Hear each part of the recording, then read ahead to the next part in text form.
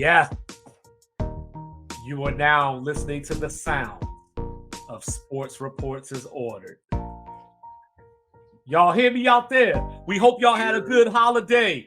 We hope you had a good Christmas. We hope you having a good Hanukkah and all that. Kwanzaa is in the building. Don't forget about Kwanzaa.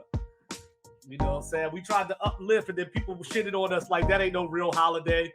You know what I'm saying? But it is what it is. Tonight, as always, I am flanked by the one and only New Jerusalem's own You're VA Bread. You're Putting his foot on your neck. They call him Mr. Logical. That's the introduction right there. That's how I want people to announce me when I walk in the rooms from now on. You know, from now on, that's how you drive. The standard is the standard. Shout out Mike Tomlin. Yo, and I'm 2'5".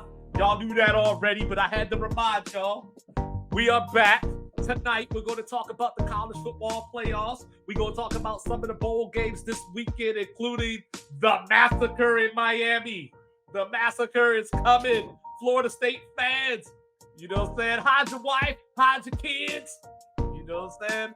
Then we got Sunday NFL. Who can clinch this weekend? Are there any divisions up for grabs? We will talk about it and more. But first, as always, we're going to set it off with a little something that we like to call Get It Off My Chest. The Lakers not making that trade happen. Just stop. They're making one of them. Woj, Shams, the dudes in my sports groups that I'm involved with. It's not happening. It is not happening at all. You're not getting Kevin Durant in LA. You're not getting Zach LaVine in LA. You're not getting DeJounte Murray from Atlanta in LA. You're not getting Draymond in LA. Like, that's 4 that I saw this week without even looking for it. Mm-hmm. Just hanging out with my daughters back over here, over this way, hanging out. We just flipping through my phone, watching Johnny Test on my phone or watching pictures on TV. And these things are just popping up on my phone. And every time I'm looking, like, what's going on here? But it's not going to happen. It's not going to happen. And I understand, like, that people want to make these deals. They want the splash deal. But like we said in the pre-meeting, how come no one's talking about what Indiana should do? How come nobody's, like, posting the trade that Toronto should make? How come no one's posting about the trade that Golden State would make with another team? You know, so it's just like, we have Laker faithful, and I'm not trying to knock your dreams because you want your team to succeed. LeBron fans, listen, I'm one of them. I understand, like, you want them to succeed, but it's unlikely that any other GM is going to fall for these moves. It's like, if you're willing to make these moves, that puts you in a position where you're not in a position of power. Mm-hmm. No one. It's 2024 in a couple of days. I'm not sure a lot of teams are looking out for the 2029 or 2030 first round pick. Because let's keep it a bean. That dude's 14 right now. Mm-hmm. It's not a lot of teams out here scouting 13, 14-year-olds like, yo, we get that 2030 first round pick. That dude's going to be nice for us in 6 years. It's unlikely. So we can keep pumping them out there. I think they're funny. I think they're hilarious. But I don't want you posting it talking about, yeah, Pelinka, get on it. This the movie you need to make, Rob. Like, come on. It's one thing. It's like, if you posting it just because of sports news, like Mike sent one to me, and I was like, are you talking about the KD trade? And he sent it to me. And then I sent one back to him with the Draymond trade. Mm-hmm. But neither one of us believe this trade is going to happen. And as a Laker fan, you should be on board with us saying it's not going to happen. 2-3 years ago, you have real opportunities, you have real assets, you could have made some real moves. Pelinka didn't make them. Post championship, October 2020 is when it was open to either re-sign players or make trades. After that, man, it kind of fizzled out. So it's a wrap. It's not going to happen. Just do me a favor, find something else to share. That'd be pretty dope. Well, first of all, I don't know because the Bulls are 5-13 in games that Zach LaVine played this year, and they're like something like 9-5 without him, or 8-5 without him. So there could be something brewing there. Ever since I asked for Billy Donovan to get fired, he got hurt. LaVine got hurt. Then the Bulls took off apparently. So 8-5 without him. So he might be on his way out. I just don't know if the Lakers. I don't know why Laker fans think people want D'Angelo Russell. Like they're like, we could just move D'Lo, and it's like, who wants him? Like You don't want him. I would if D'Lo came into the Y right now, I would not pick him. I mean, I pick him then. He's like 6'7". Nah, I take him then. Nah, We're running fives. I'll still out rebound him. We're running fives. We're running fives. I'll still out rebound him. But if I need him to make a smart decision with 4 minutes left in the game and we down 6 and it's 113-107 against Dallas, yeah, I don't know if I can really use him there. Yeah, I would like to see if Draymond were to move. I think I would like to see him in Dallas with Luka. Draymond's moving to TNT. Yeah, that's where Draymond moving. Triple single, saying about to be same back channel, same back time. About to be him, Charles, Ernie, Kenny, and Shaq on stage. Ernie gonna look like the odd man out. Not Chuck doing remote work. He got a show with Gayle King now. Yeah. But yeah, touchdown Missouri. We finally got a touchdown in this Cotton Bowl at the start of the fourth quarter. 14:55 to go. Cody Schrader hits the end zone. So Missouri's about to kick the extra point, 95-yard drive, soon to be 7-3 pending the extra point. So being an American, there's one word that has stood out to me throughout our history: equality. When I think of equals, I like to think of women as my equal. Anything a boy can do, a girl can do for the most part. There's obviously some physical limitations that get involved, but they can't do it. If they can't do it, it's not because they're a woman. As I look at equals, I think about sports and I just look at teams, right? So I go, okay, New York Giants, Washington Commanders, that seems equal. Buffalo Bills, Miami Dolphins, that seems equal. Mm-hmm. So I'm going to take the time to apologize to the Texas A&M Aggies because I've been calling y'all weirdos for like 10 years now. It probably started when I was listening to Bomani Jones. Now my daughter's about to go there. And then I learned last night that all these years, I thought Texas and Oklahoma were equals, but they are not. What I learned last night is that I have nightmares about that damn song. Like everywhere I go, if I even hear the slightest tune of a song, all I hear is do do do do do do do do do do do do do do do do.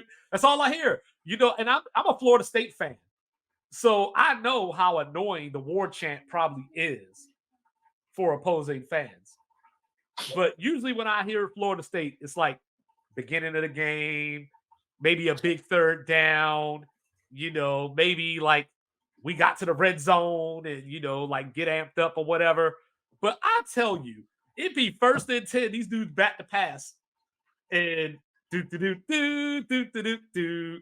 And as they were showing the fans around the stadium, the Alamo Bowl last night against Arizona, for those not following, every single OU fan they put on that screen with the horns down.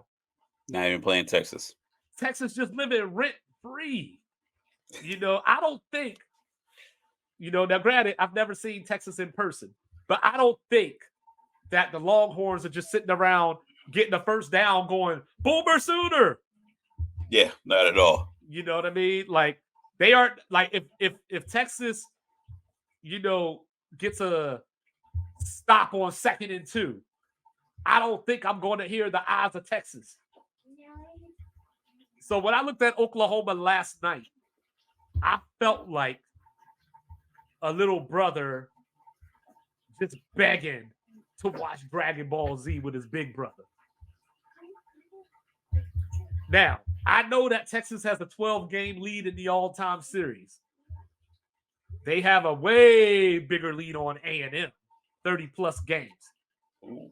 But even A&M at least acts the part as if they are on the same level as Texas. They truly believe in their hearts that they're on the same level of Texas. The crazy thing about it is Oklahoma beat Texas this year. Now, I don't know if just being in San Antonio was close enough to Austin that the Sooners wanted to put on a show and remind Texans that they're better, that they were better than Texas for a Saturday this year. But here's the secret, Oklahoma fans. You're not. It's unfortunate. It's unfortunate. Like, dude, literally every single fan they showed, like old people, young people, little kids, like I have to say though, like I did enjoy Lindsay was telling me one time she went to a bar in Wyoming with some of our neighbors, and she said like 10 o'clock at night, they went early, 10 o'clock at night, they turned all the music off in the bar. They just started playing the national anthem and in the bar. And they're just, they're doing the USA, USA. Like People are so patriotic. It's like funny. I never heard a USA chant like I heard last night after that national anthem. Them OU fans, like they love them some America. I tell you that much. But anyway, let's turn the page because the wait is over. Monday, we are 3 days away from finding out controversy. who's going to play for the national All title. the controversy. Follow the money, people. Follow the money. We're going to start off in the great state of, the state of California, at the Rose Bowl, where we saw Vince Young win the national title against USC. One of the greatest games I've ever seen. Greatest game I ever saw, college football wise. Michigan, Alabama, two teams that I think are pretty damn even, as much as even you can be. Then, we're going to take it down to Louisiana, down to New Orleans, Texas, and Washington. So, Mr. Logical, I know how you feel, so I'm going to just let you have the floor. Tell me why Michigan ain't got a chance in hell. Listen, it's not that I don't think they got a chance in hell. It's just that I had a friend of mine, shout out my friend Carl Dixon. He wrote a book. He's one of the, people say there's great philosophers in your time. He's one of the great philosophers of my life. I remember I met him in Korea. And he said a phrase to me that just like stuck with me since 2005. Okay. He said an empty wagon makes the most noise. Ooh. And to break that down, it was like he used an example. If you see two guys in the club or two people ready to fight, right, and you see one guy yelling and screaming and making a big scene, I'll do this, I'll beat you, blah, blah, blah, blah, blah, blah, blah. He was like, if you see that guy and the guy across from him who's getting all this information is calm, he's like, that dude has substance. It's like a wagon that you push to the parking lot, grocery store. It's banging on the concrete, everything else. But if you put substance in it, you put food in it, you put something to weigh it down, you put solid stuff into this wagon, it makes less noise.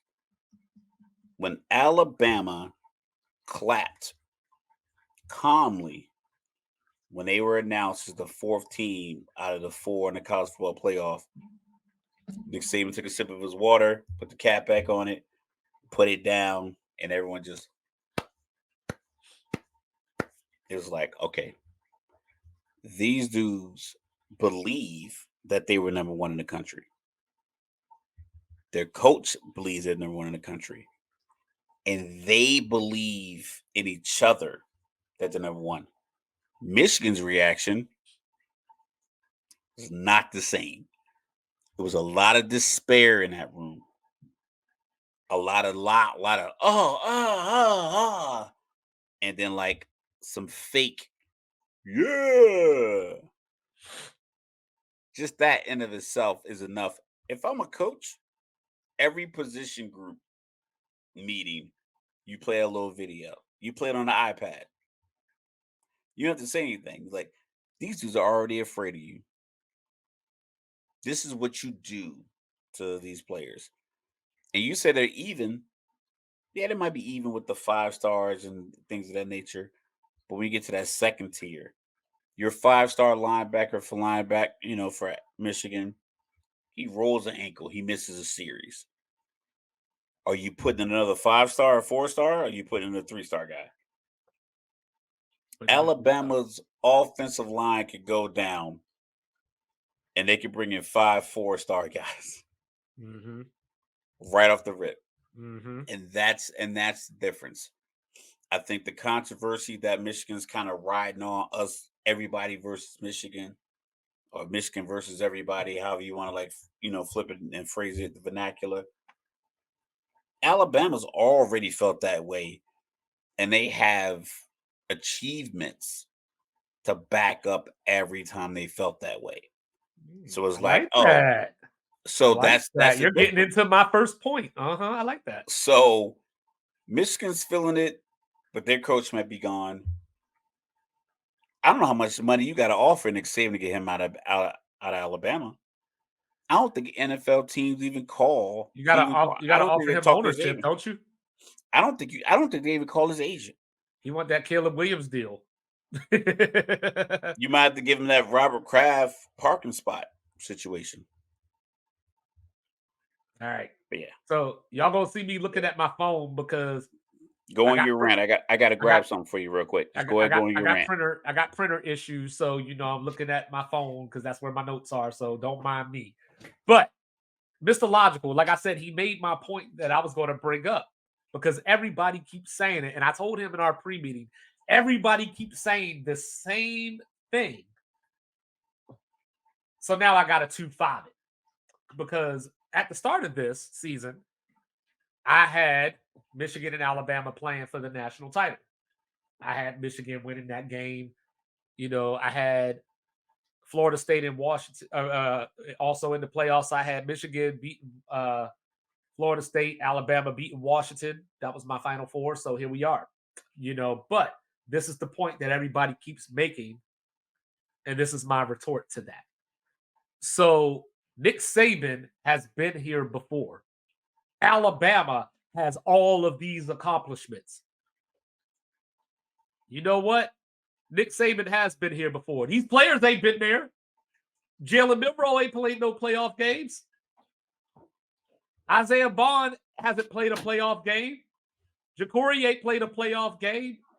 Jason McClellan might have been on the roster in 2021, but he wasn't playing in no playoff game. Now, Jim Harbaugh on the other side of this, terrible bowl game record. Last year, everybody thought he had a layup against TCU. JJ McCarthy threw 2 pick sixes en route to losing by double digits to TCU. When we could have had a Michigan-Ohio State national title game if Ohio State would have made the kick and Michigan would have played like they should have. He did have 345 yards in that game, JJ McCarthy passing. So lately, over the last month or so, we've been hearing about how Michigan doesn't have a passing game. There's been odds and issues saying, he's been hurt. Well, you know what? Excuses are over. You've had a month to heal. So on New Year's, bring the best to the table, and that's what we want to see. This is the best defense Alabama will have played this season. This is the best defense Michigan will have played all season. In the same way that Mr. Logical just said, Alabama has all these accomplishments. Georgia did too. Where are they right now? They're out here getting ready to massacre a half team tomorrow. Now, with that being said, setting up the dominoes against Georgia, Jalen Milroe, they always talk about game of inches. He had 2 or 3 passes that Georgia could have picked up. Obviously the Bama receiver made a good play or the ball just fit in there, but you can't rely on winning that closely.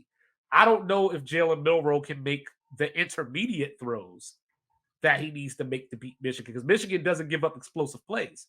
Jalen Milroe specializes in the explosive play. So he has the cannon for an arm, but can he make the sideline, keep the chains moving throw? That's what I have questions about. He's already focused on Coach Bill O'Brien, talking about Bill O'Brien said I shouldn't even play quarterback.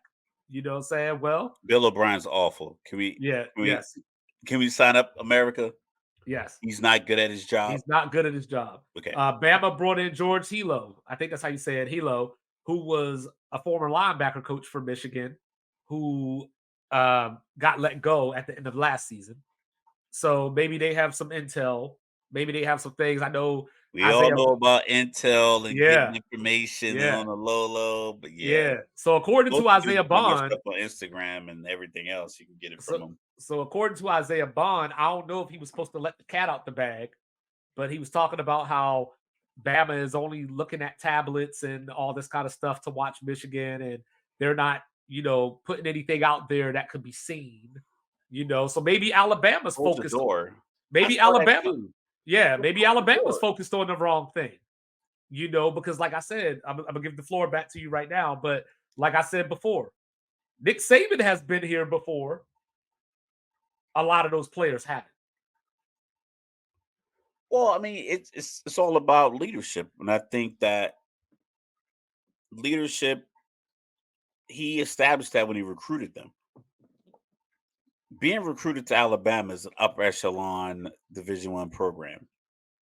It's over the last, we'll call it the Saban era. I mean, obviously, you go back to Bear Bryant and all these other guys, and they've been in national championships, and Alabama's been a staple of college football forever. Anybody under 21, they don't know about all that. Keep in mind, a guy that's 21 today was born in 2002. He was born after 9/11. So like he doesn't know about the history of Alabama. He may hear some rumblings, but as far as his ability to be recruited comes from the fact that since he was 6 or 7 or 8 years old, Nick Saban has been one of the premier coaches in college football. He had a little stint in the NFL, but for the most part, he's been a premier coach in college football. He's Mm-hmm. been a premier coach at Alabama. You have top draft picks, Heisman Trophy winners, national championships. Nick Saban can just walk into a room and not even have to really recruit you. Because like, "Yo, I'm Alabama. That's what we do." So I think See that split everybody day, huh? there, everybody knows, what they can do there, and I believe that they believe in the coach. That's why, like, he doesn't hold his assistants. He lets them go get other jobs. He's like, "Listen, I can make this happen."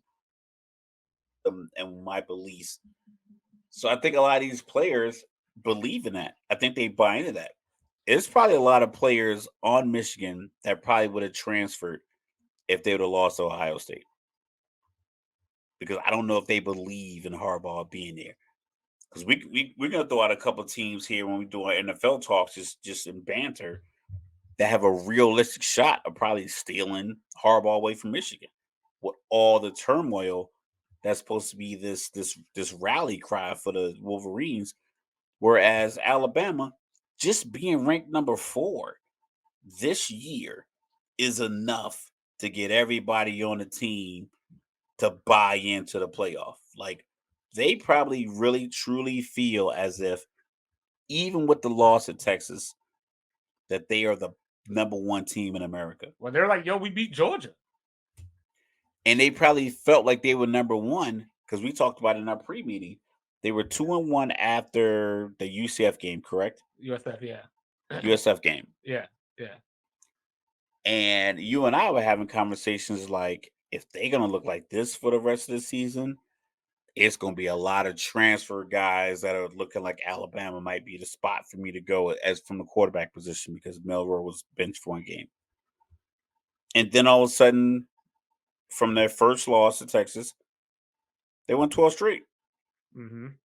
They ran the table, they beat Georgia, and they still plop into the college football playoffs in their minds at 4.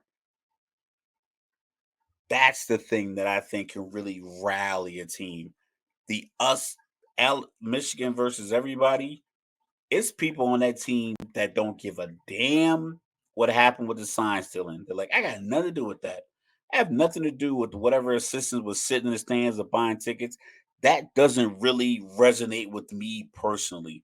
But if I'm on Alabama and I'm a linebacker, or if I'm a wide receiver, or a tight end, or a guard, and you're telling me that you think these three teams are better than me and better than us, I can rally behind that because I can look at somebody else on my team and they're not going to believe that either. It's dudes on Michigan that don't give a damn that they were stealing signs. It's not like there's a dude out there, third string running back, who thinks like, man, I can't believe that they said we were stealing signs. He don't give a damn about that. Well, I But think it's one of those things that everybody in everybody the Crimson does. in that Crimson thinks that we should be number one.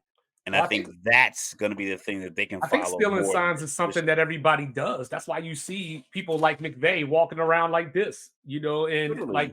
and so like it's just one of those My things kids' that youth football league does that. They go record the other team. They like 7, I 8, think 9, 10, 12-year-old the difference kids. with Michigan was they were just dude was just flying to all these different games and sitting in the crowd. I think that might have been the difference. If I don't know if everybody's doing that part of it, but Yeah, but what I'm saying is like I don't know if that resonates with all the players. I don't think all the players feel like they are personally being attacked right. to the point where this narrative Michigan versus everybody, like It just depends on how much they like Harbaugh, I guess. But there's two things that scares me for Michigan. Number one, and Missouri looks like they're about to first and goal, Missouri. Two things that scare me for Michigan. One, you ready? I'm listening. Get your tapes ready. Michigan, Michigan and Texas are the two most overrated pieces of trash in college football. Because all I hear about is how great they are, how much resources they have, and I don't see nothing to back it up. Michigan has 2 national titles, 1947 or so, or 1948, somewhere around there, and a split in 1997, the year before the BCS started. Texas ain't that much better, but their last national title was that aforementioned Vince Young national title that we talked about. They made it back Great once. game. Colt McCoy got hurt, but those are the two teams that every year Michigan has the most wins in college football than everybody else. Texas, more resources, best job in the country, even better than Alabama, people say, and where the results at. So that's number one. Or actually 3 things now. I just thought of a third thing. Michigan, bowl record under Harbaugh. Harbaugh's bowl record 3-7. And I believe they were on a 5 bowl game losing streak. Now, this was before the transfer portal. This was before, we didn't care about the bowl games and all that. Does he have a problem remotivating his team once they have that month off? Because I feel there's an art to that. The third thing is what we talked about pre-meeting, is that Michigan is the one team in college football besides the service academies in Iowa that just have not adapted. Like Michigan still plays 1995 football. Alabama likes to be physical. Georgia likes to be physical, but they will open up the passing game and rip you apart if they have to, even if it's death by 1,000 paper cuts. Over the last few years, like before, like if you came into like 2013 and I told you that over the next couple years, Alabama was going to have people like Jerry Jeudy, Henry Ruggs, John Mechie, Devontae Smith, you would have looked at me and thought I was crazy. Because Alabama never had those type of receivers, that they would have a Bryce Young, a Tua, a Jalen Hurts. That's not what Alabama does. But Alabama, as they had a stranglehold on the sport, saw that the sport was evolving. And they said, if we want to maintain our spot, we got to do this. You know what I'm saying? Michigan, on the other hand, they look at it and say, this is Michigan football. So Alabama has the advantage if this game comes down to who has to adapt. Like this plan A isn't working. What's plan B? Alabama can win this game any kind of way that Michigan wants to play it. I don't know if Michigan can do that. Now, J.J. McCarthy, I talked about it, 345 yards last year against TCU, but 2 pick sixes. The game against Penn State this year, 8 passes total. the last 5 games of the season, he didn't really do much as far as offering a hand to the Michigan offense. But he's going to have to this time. And if these comparisons that I'm hearing about him to Andrew Luck and Kirk Cousins are true, he got to show it on Monday. So who you got? You taking Bama for sure? I'm taking Bama just because I think I saw a poll where most of the country is still rooting for Michigan. I just think that even if Jalen Murrow isn't playing great, Alabama has the propensity to just dump, just to win the game physically. Right. Physically up front. We talked about McCarthy. I don't know if you mentioned that he's listed at 6'3", 203. No, I didn't mention that. Yeah. He's missed 6'3", 203. He's been in Michigan for 3 years. If you're only 203 pounds, that means you're not a naturally big person. You're not putting on a lot of weight because 6'3", 203. Steph Curry is 6'3", 215. Yeah, Andrew Luck was a tank. Andrew Luck was like big lower half, big body. I think Baker Mayfield right now is probably 6'1", 215, 220, just a thicker, bigger body. Yeah. Kyler Murray's probably listed at 5'10", 205. So McCarthy theoretically is 4 to 5 inches taller than Kyler Murray, but he's only 2 pounds lighter. Like, it just doesn't seem like a big body. The math not mathing. The fact that I haven't seen him, it's like the Brock Purdy conundrum. You haven't really seen him in a pressure situation where they're relying on his shoulder to carry them. Right. Missouri So did get the touchdown, so 14-3 Missouri. Yeah, I saw that. This Ohio State game is weird because when you're missing your talent, it's Missouri's going to enjoy this victory because I'm pretty sure they're going to win. I'm not Nostradamus or anything. It's only like 5 minutes left or something like that. 5 minutes left. You haven't moved the ball enough to convince Devin Brown started the game. You're going to get 12 points. Devin Brown started the game, who I thought should have been Ohio State's quarterback all season instead of Kyle McCord. But Kyle McCord had the relationship with Harvin Marison's son. So, I was like, okay, like, I guess that's why they played him. We did Harvin Marison. Yeah, we don't say that name on this podcast, so I ain't even going there. Harvin Marison. This ain't easy money sniper. You know what I'm saying? This ain't easy money sniper. You know what I'm saying? But yeah, so like I said, I don't think they're gonna get 12 points. But yeah, I think it's an easy money bet. It's a simple bet just to ride with Alabama, especially considering that they didn't limp in. It wasn't a situation like we had a few years back, and we discussed it before, when they didn't even play in a conference championship. And I believe Georgia, did Georgia beat? Yeah, it was someone? Georgia Auburn. Yeah, it was. Yeah. And Auburn beat Georgia. Or Georgia beat Auburn. Georgia beat Auburn. Beat Georgia and Alabama in the regular season. Georgia beat Auburn in the SEC title game. It gave each one of them at least 2 losses. Alabama only had the 1, so CFP committee put them in. Yeah. Well, Georgia got in that year. That was the Tua year. That was the Tua to Devontae Smith year. So Georgia was 11-1. That only lost to Auburn. And then Alabama's only loss was to Auburn as well. But Auburn, so if Auburn would have won against Georgia, then it would have been Auburn and Alabama in the playoff. Yeah, so Alabama just seems to have a path to the playoffs. They do it every year. They understand the pressure. Nick Saban understands the magnitude of the moment. I'm not sure if Harbaugh has ever really been allowed to just kind of be present in the moment. It seems as if the expectation to just beat Ohio State is over his head all year long. And then when he finally gets over that hump, now he has to focus on the bowl game. Whereas every year the standard is for Alabama beat Auburn. That's it. Like, that's the expectation. It's said.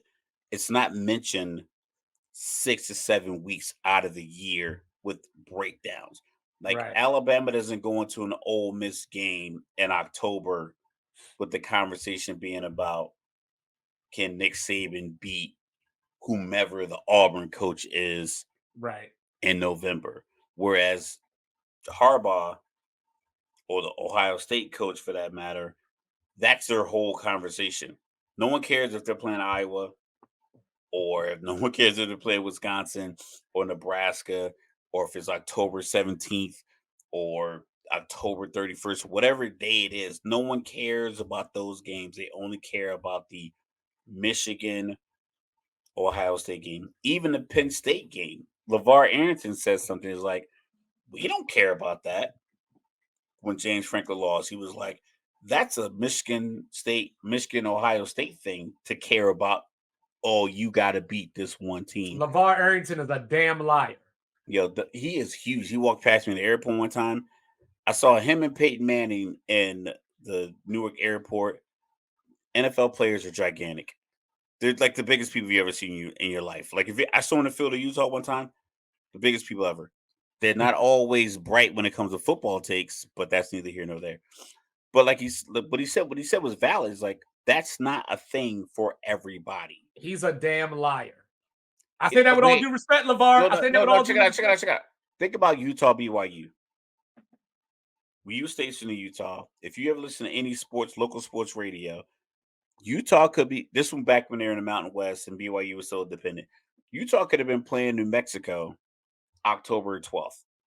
The conversations that they were calling in about was the Holy War game. That was the whole season. The whole season came down to that game. Ohio State, Michigan, the whole season comes down to that game. Ryan Day's done a great job at Ohio State, following up for a couple of legends. You got to keep in mind, like the legends, the recent legends, the national championship legends that he's had to follow recently.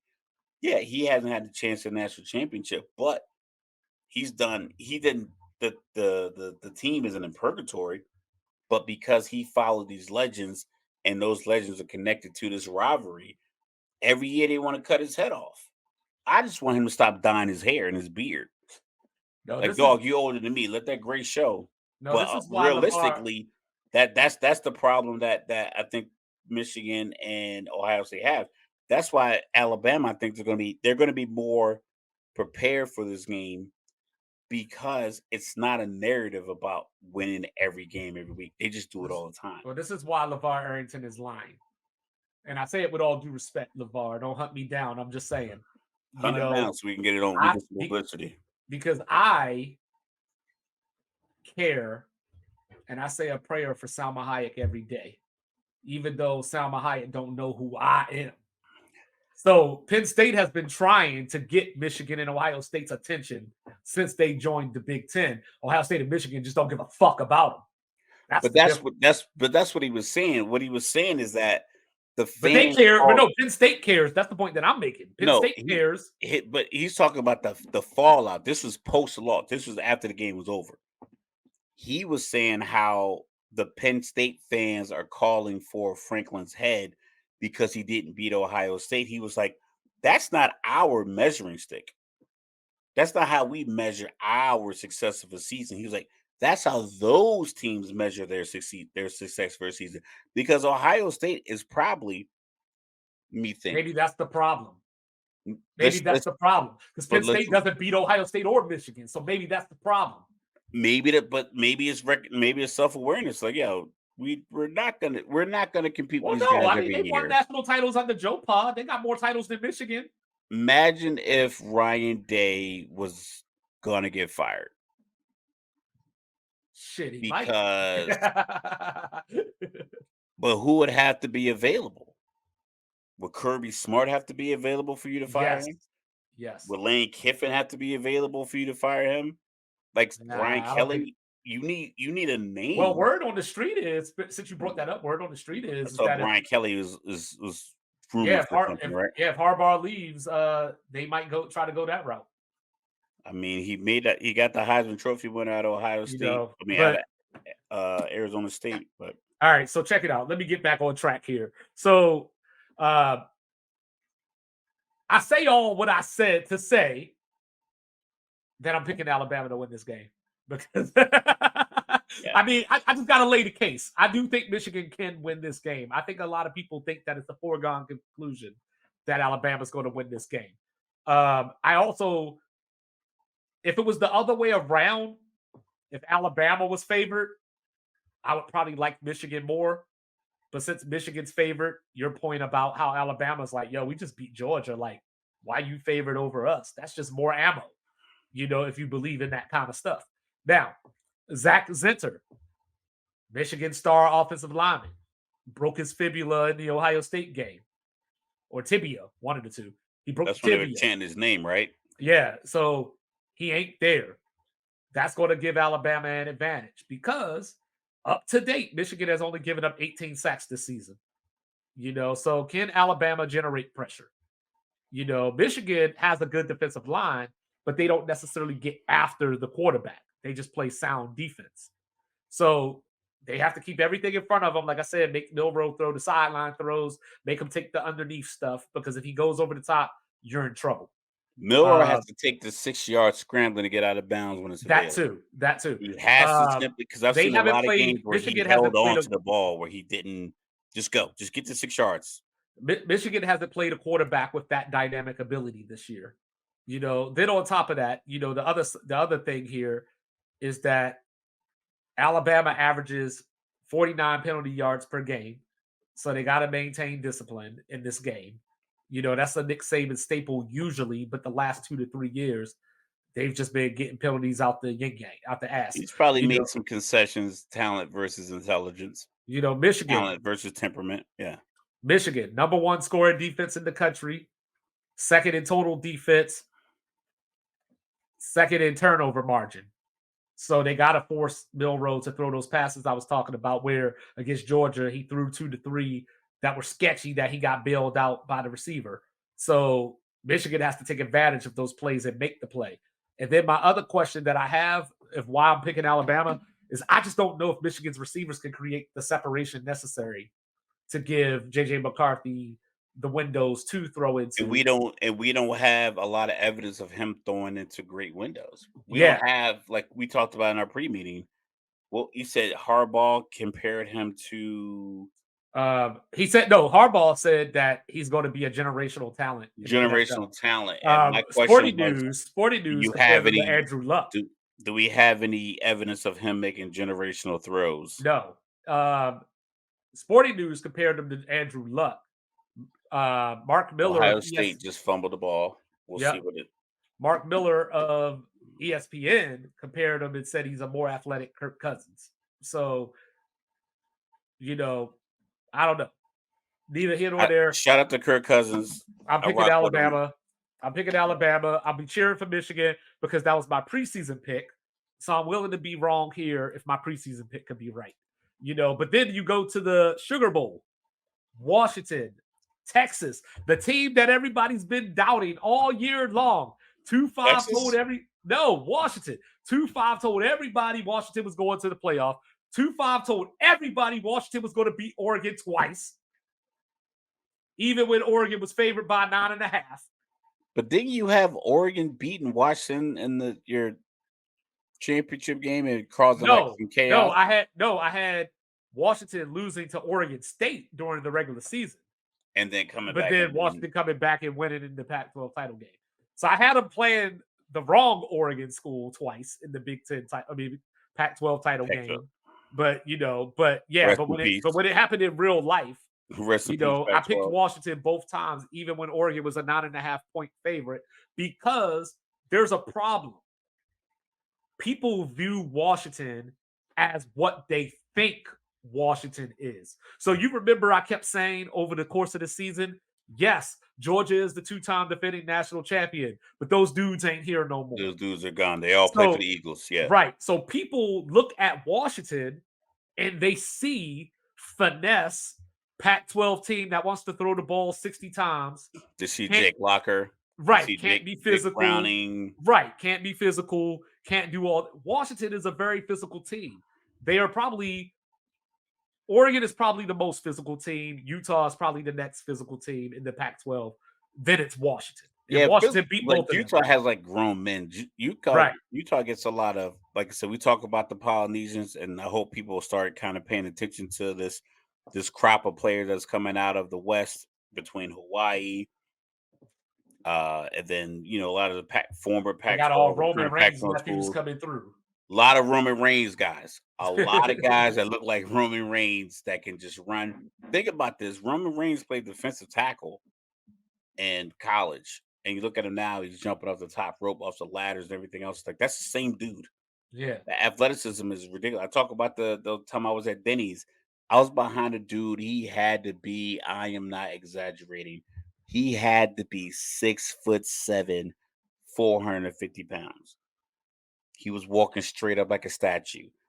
I looked at this dude. He had the hair like I had a friend of mine told me, he was like, it's called the booyah, where they're having that little nice tight little bun at the top. I Yeah. looked at this dude. I'm like, it's probably one of the biggest humans I've ever seen up close. You would think it would like be hurting him.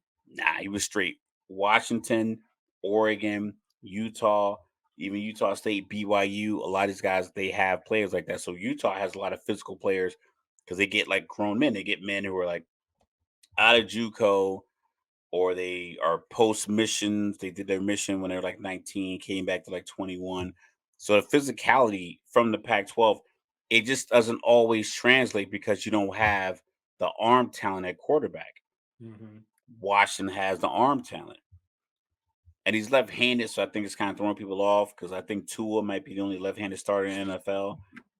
Whereas used to be a lot of left-handed guys, Steve Young, Michael Vick, so forth and so on. But with Penix, just kind of you marry that athleticism from the quarterback position and the physicality with the players you get from out west. Because you got to keep in mind, down south has so many football schools. Texas to Florida. If you take a map, you go Texas and you go all the way to Virginia. You take that southeastern part of the United States, it's so many football schools. You go west of Texas, if you had to name off the top of your head, Mike, you've been in New Mexico. There's probably a couple of colleges that have D1 football programs. They have two. You got Arizona State out of Arizona, the state of Arizona, Hmm. that on the prime stage. You got BYU and Utah out of the state Hmm. of Utah, Utah State, Utah State. So that's three realistically. Then you got Colorado State, Air Force. Air You Force. Then you go Idaho. got Boise. Boise State, That's and it. Idaho. No, Idaho's a no, Idaho B1. dropped. They dropped to They dropped. FCS. So you got Boise State, Washington State, Washington, Washington. That's it. Oregon State, That's it. and even California has Cal, Stanford, USC, UCLA, They got some groups. They got Fresno Fresno, State, San Jose State, San Jose San Diego State, San State. Diego State. But that's a huge state. They Right. only got about 7. Yeah. So if you think about all the other schools that are east of that, they take it's such a divide for the talent. Well, shit. Out west, Look at Virginia. James Madison, ODU, Liberty, Virginia Tech. Like, yeah, they got that's just 5. one state, and you got to Yeah. keep in mind there are people from Virginia Beach that are going to South Carolina. You look at South Carolina, you look at Maryland. Even Maryland, it's a small state. They have multiple They just Division got One Maryland and schools. Navy. Yeah. Yeah. So it's just when you have teams like that in the Pac-12, I think we just don't feel as if there's real football talent out there And we because we're don't have so an small. But I'm attachment like, pool. but they get all of the top talent. Yeah. So BYU and Utah get all of the top talent out of Utah for the most part. So this game is a 2-5 special. It's got all the storylines I like. You got Sark going up against his former team, that he had to step down and all that stuff because of the, issues that he was having. His That's personal demons, yeah. that's where he got the nickname 7-win Sark, because he's only won more than 7 games, 4 out of his 10 coaching seasons. Then you have a rematch from last year's Alamo Bowl where Washington beat Texas 27-20. Quinn Ewers outplayed Michael Penix, threw for 369 yards. Penix threw 54 passes, only for 287. But they did outrush Texas 158-51 in that game. Which brings back the point about being physical. Their head coach, Kalen DeBoer, 103-11 as a head coach in his career. 103-11, and That's that pretty counts. solid. And that counts being 12-6 at Fresno State. So he's something like 24-2 at Washington. Ryan Grubb is just as good of a play caller as Sark is.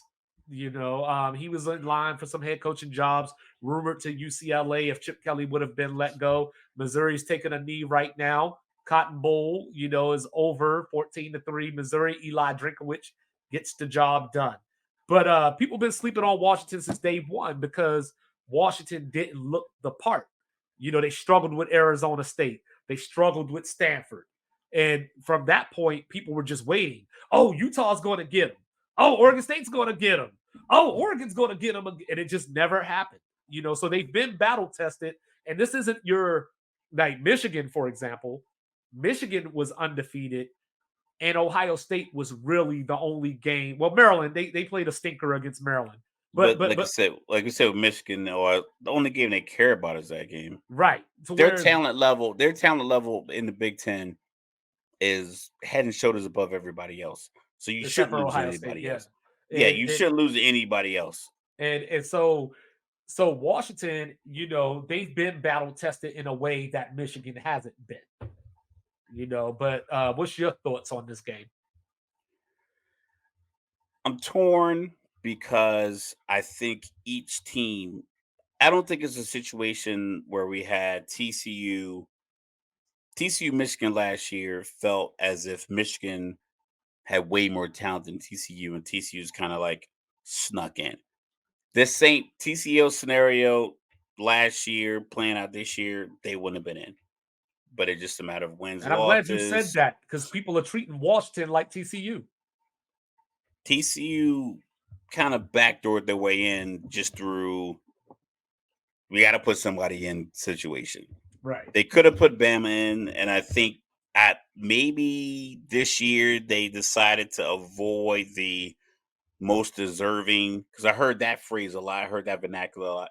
The most deserving. It's not about the most deserving teams because last year TCU people considered them the most deserving. Right. But then they went out and gave up 100 and something points in 2 games.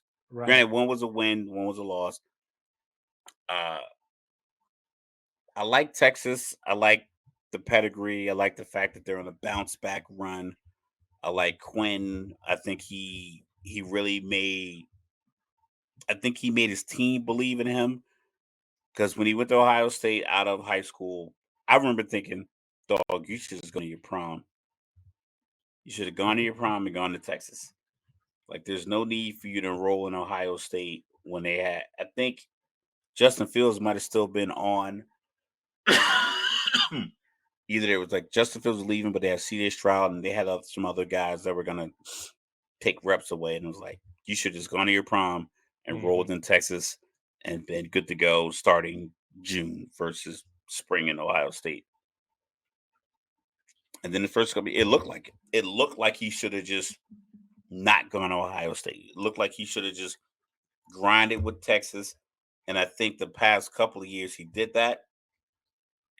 Came back in better shape, lighter, haircut, better health, got the weight down, and I think people are just kind of rallying around him.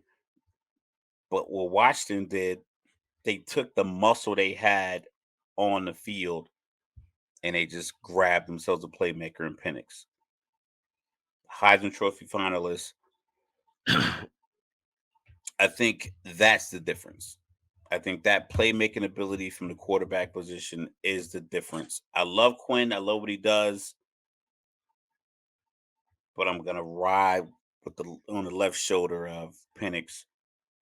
Even though I was born in Texas, wow, I spent a lot of time in Texas, 2 tech schools. I spent plenty of years in Texas. I love Whataburger. Shout out to Whataburger, mushroom Swiss burger at 2 a.m. I don't think you can find a better burger on earth than the mushroom Swiss burger from Whataburger at 2 a.m. in Texas. Like, I've eaten a lot of burgers. I've had some grass-fed burgers in San Jose. Shout out to Whataburger. Shout out to Whataburger on Tuesday. But I'm gonna ride with Washington because I think that I won't say team of destiny. I just feel like you're striking while the iron is hot. Right, right, right, Right now it's hot. They have the guy, and it's not like Troy Smith when Ohio State um played Florida and he was doing press junket after press junket after press junket and came into the national championship game against Florida a little overweight. Penix has been done with the press junket for like a couple of weeks. But see, I Back in the day, they were like they'd ride those guys all the way up until the end. So he came in the game a little off, but yeah. So this game simple for me. I'm shocked because I'm taking Washington as well, but I think the key is can Tavondre Sweat and Byron Murphy get pressure on Penix? Enough pressure because Penix will get it out of there quick. You know, and yeah, he's got Roma Dunze, he's got McMillan, he's got Polk, he's got places to go with the football to match Quinn Ewers throwing it to AD Mitchell and Xavier Worthy. You know, this is the game I think where the Jonathan Brooks injury is going to come back to bite Texas. I think Washington will be able to run the ball. I'm not sure Texas will be able to. Texas's weakness on defense is that secondary, so that's why it's we imperative. saw it in the OU game when he Yeah, was that's barking on his boy for like, listen, we passed that off. right, That's the play. You right. passed it off, and you That's weren't why it's there. imperative that Tavondre Sweat, Big 12 defensive player of the year, it's imperative that he gets the Penix.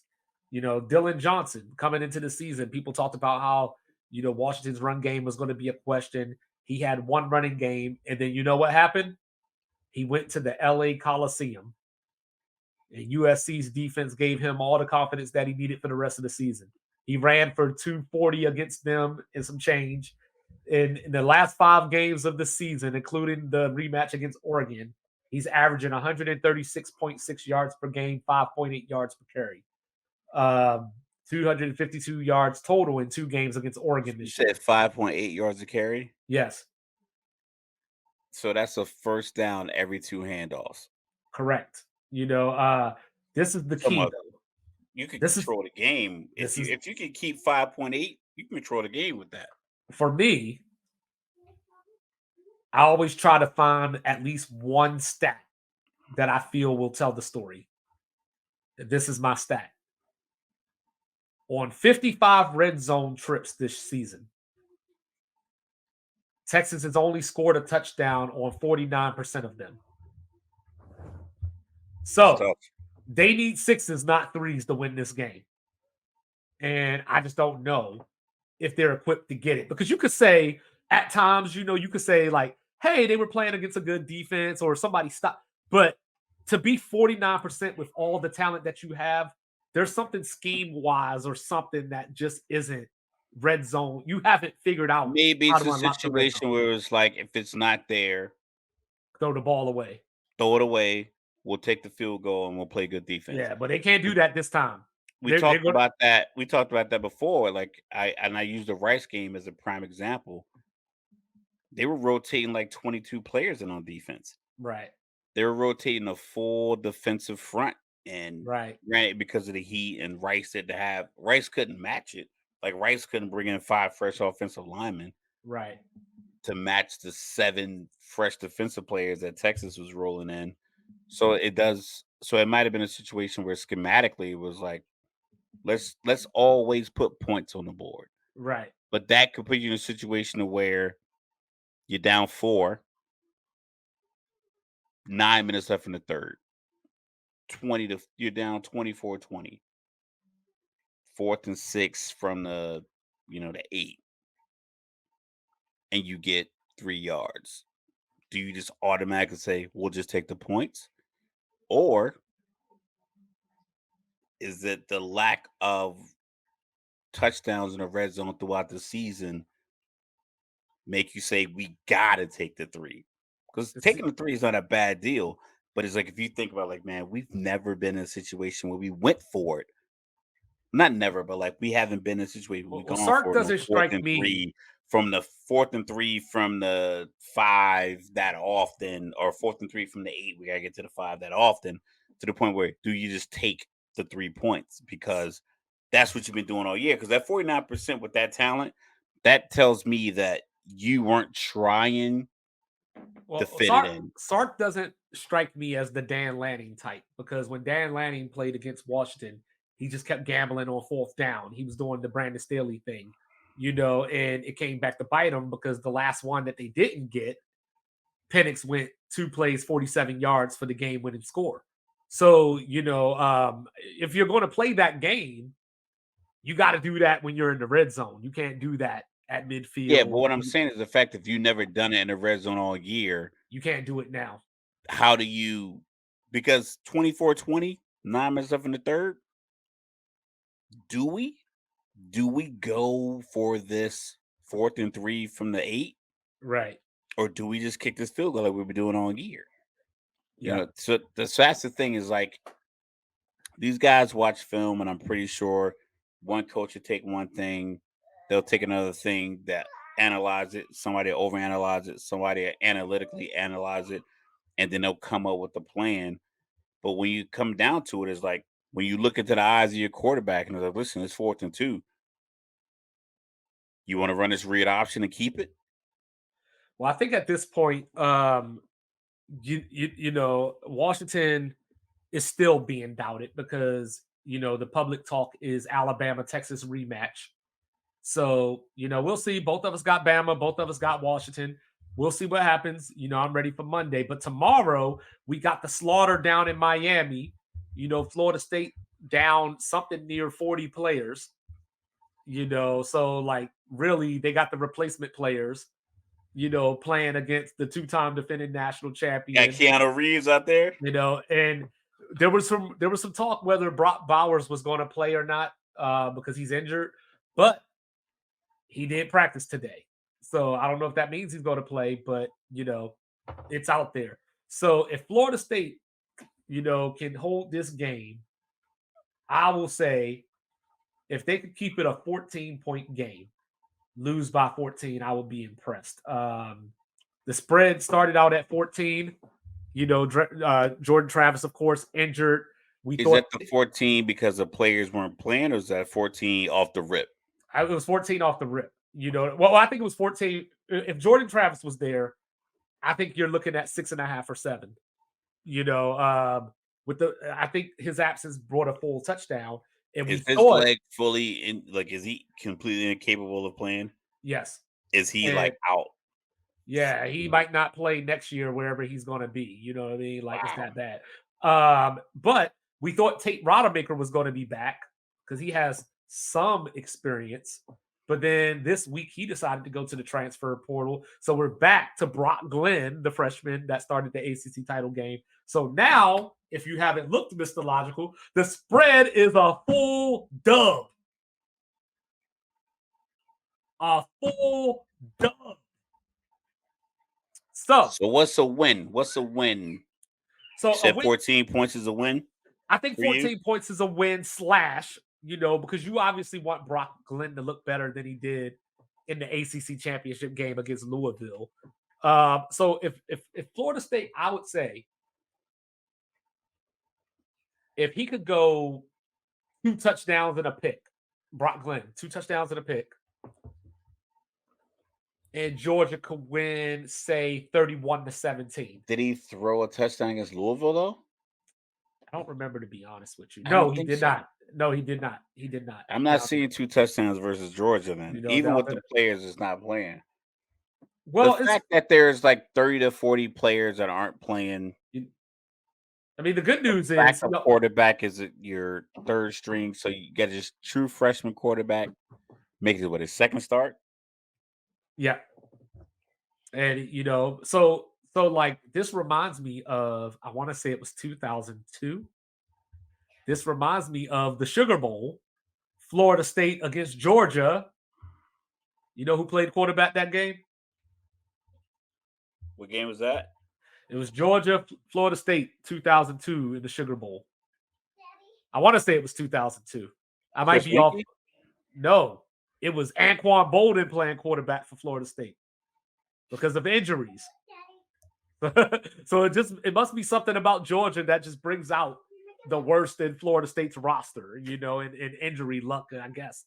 But I believe the final score of that game was something along the lines of 26-10. So if you could get something like that,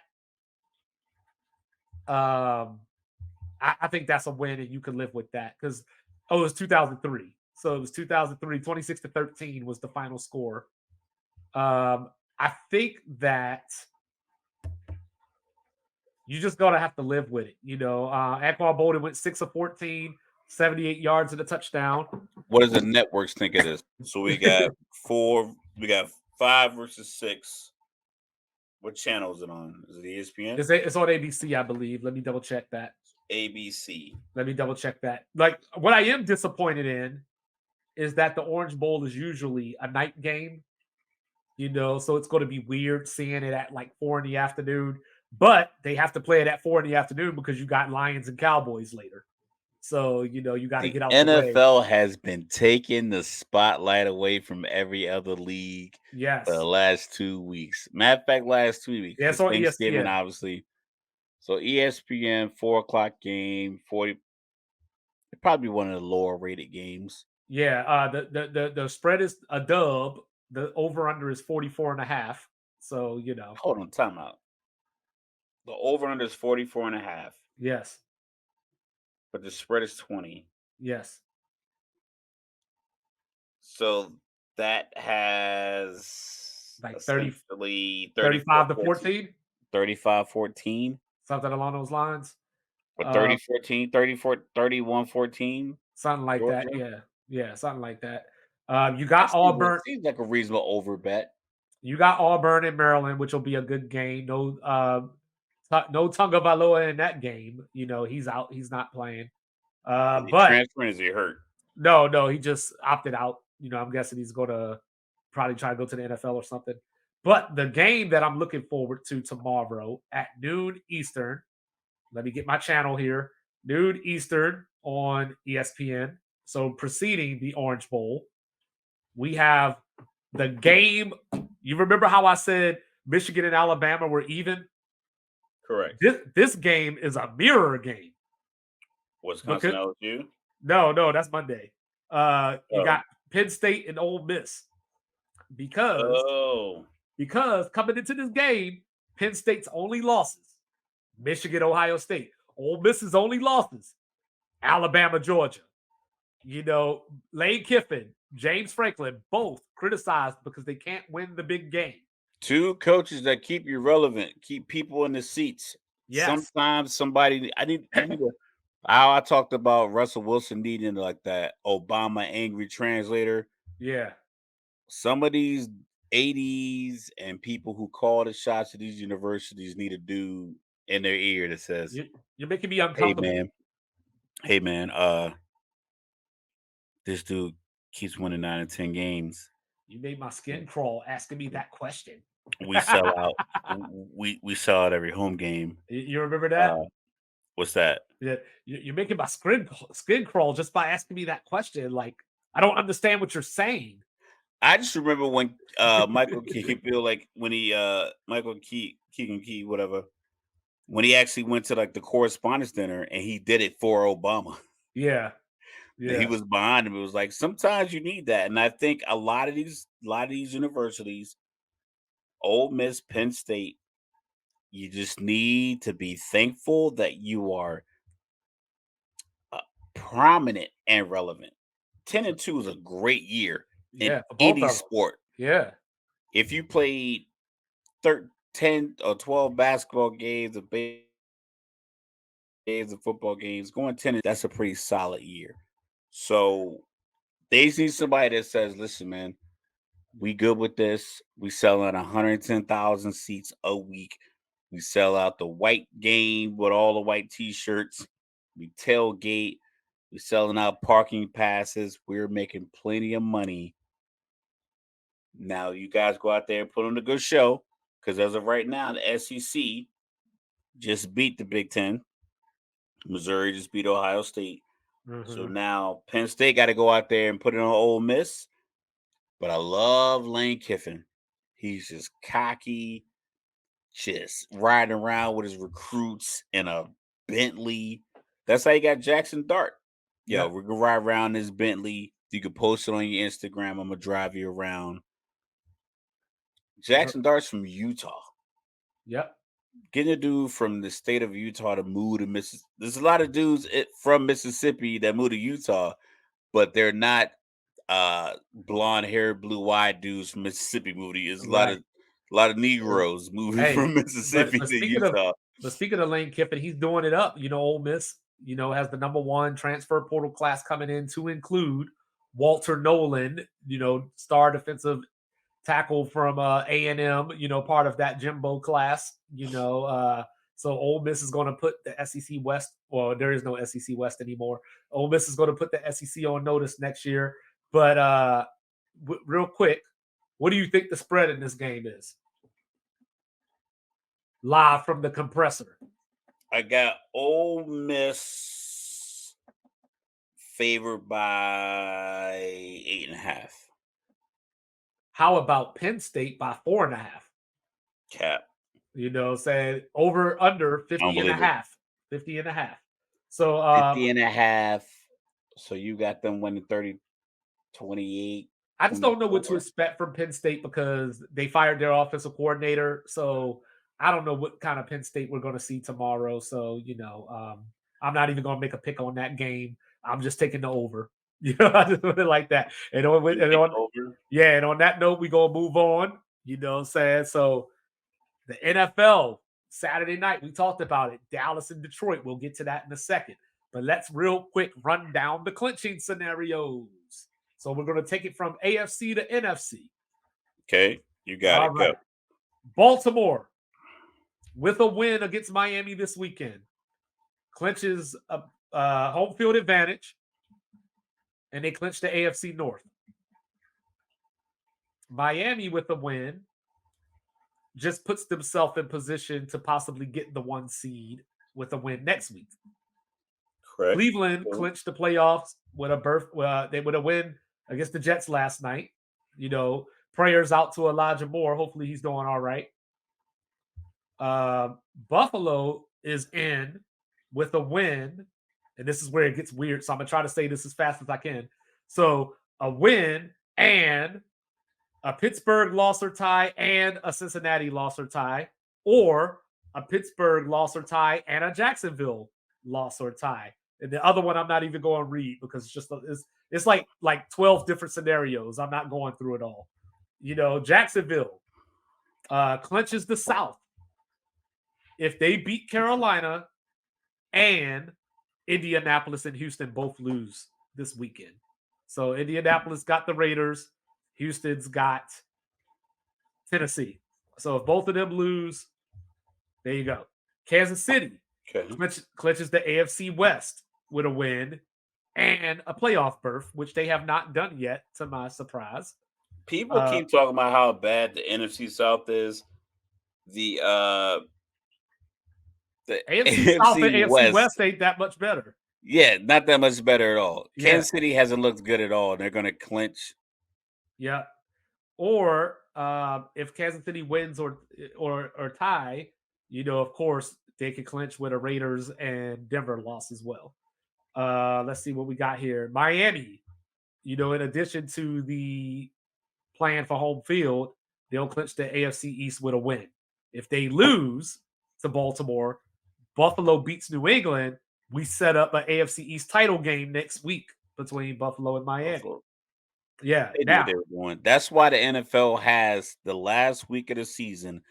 They're all division opponents. Yep. It's beautiful. I think the NFL, they are masters of the dramatic, hence why people think it's scripted, because it's so well thought out that it feels scripted because they just set it up to where this is how it plays out. Right.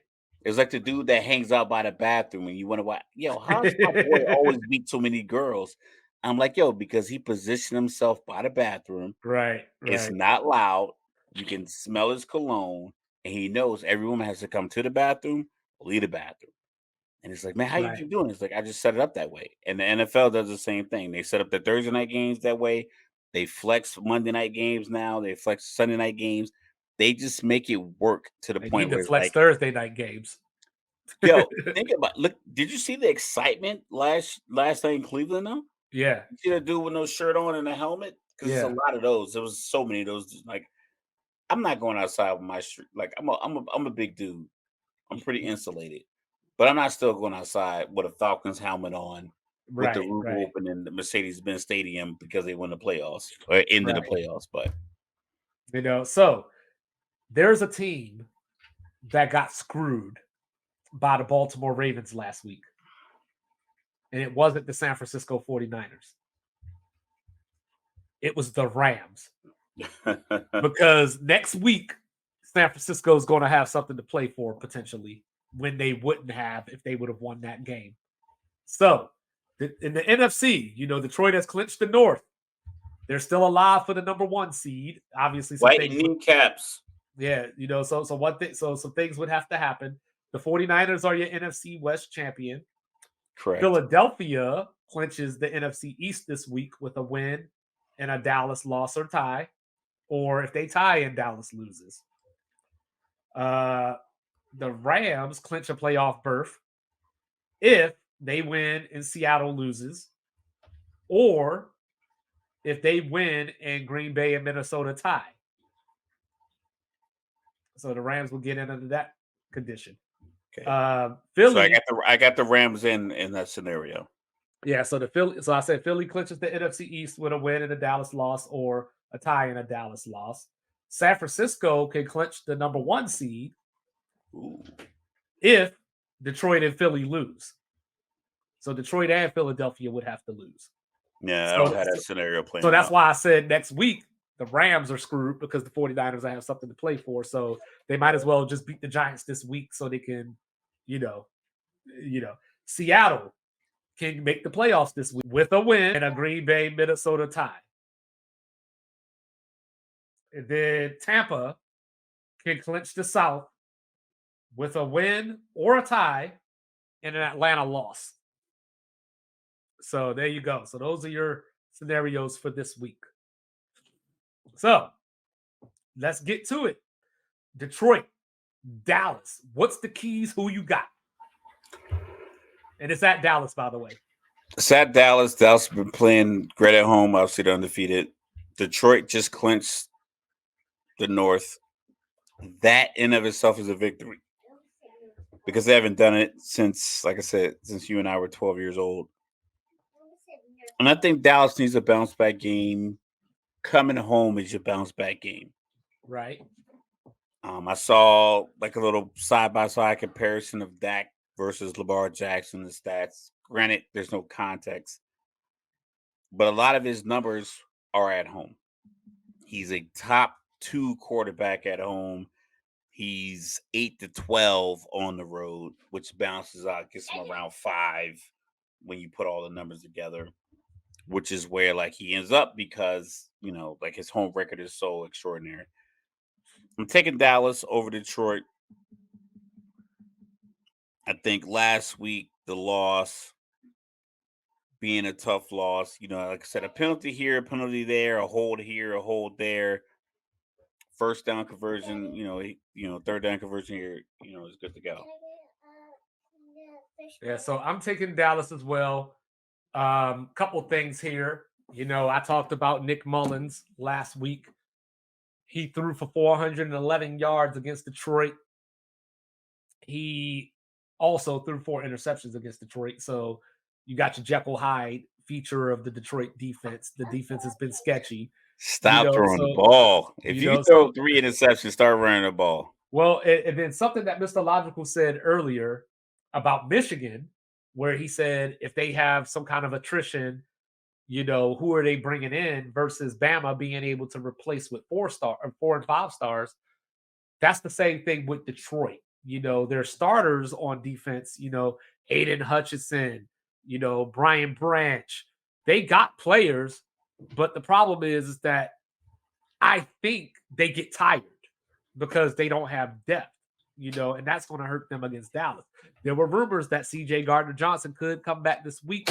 I don't think it's likely, so he'll probably be back next week. But yeah, so I think that Dallas is going to win this game. I don't think they're going to win by the 24 points that they normally win at home by, but just win by one. That's all you got to do.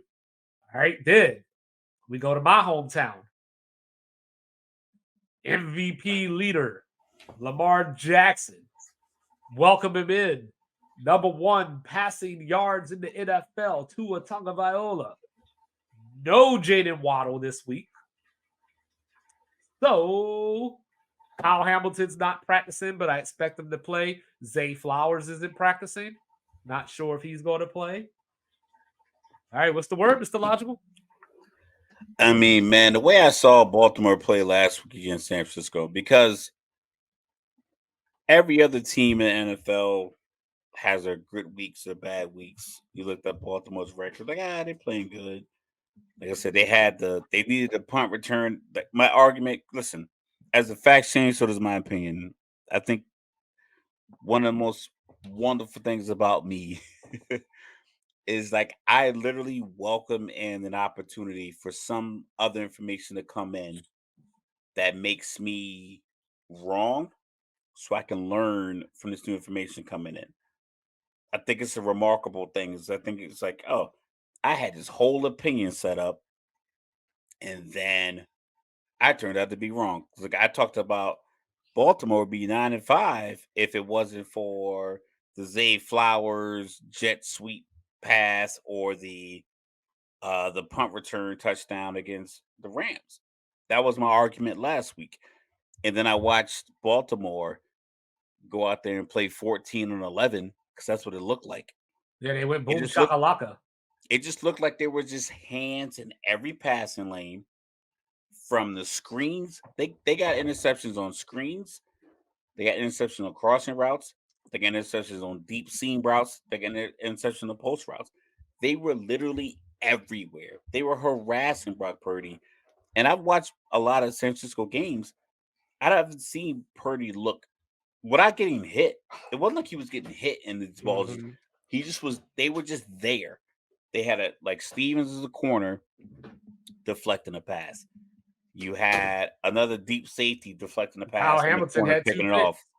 Kyle Hamilton, who was been regarded the last couple of years as a guy who couldn't cover, but yet Baltimore has found a way to make him into a star. Granted, he's young, a star at that position. So it's like Baltimore just was so overwhelming that I don't see how Tua, who plays so much off of timing, if you watch Miami games, shout out to Chris. I know he's gonna feel like, oh, I can't believe I'm listening to this. Tua hits that back foot. When He Tua hits definitely his ain't going to drop, want to hear me talk in a second. when Tua hits that back left foot, and the route is this is the first read, this is 2, this is 3. Tua hits that first one quickly. Baltimore's so overwhelming. I don't know if he has confidence to hit that first one. So here's a question. I know this is probably Go ahead. I got to something. grab. I know this is something that you probably hear more so in college sports. When you talk about big wins and all this kind of stuff. But I would have to think that for Baltimore, there's some kind of hangover effect. It was the Sunday night game. West Coast got to come back cross country and then play another high powered offense. So I would imagine that there's some kind of potential of a hangover factor that could get Baltimore off to a slow start and put them in a hole. What do you think You about said that? slow start? Yeah, like a hangover effect coming from the West Coast Sunday night game, big win against who people thought was the best team in the NFL. I would think that if what they did was based off of timing and not just brute force. Okay. They run the ball, they're a power offensive team, and then they overwhelm you defensively. So I just feel like when in doubt, I think Baltimore could come out in the first two drives offensively. The first defensive drive that they're on the field, the first offensive time they're on the field, and just overwhelm you with power and get into the flow of the game. Right. Blitzing, muscling up, jamming your guys up. Especially because Tua isn't. I'm not.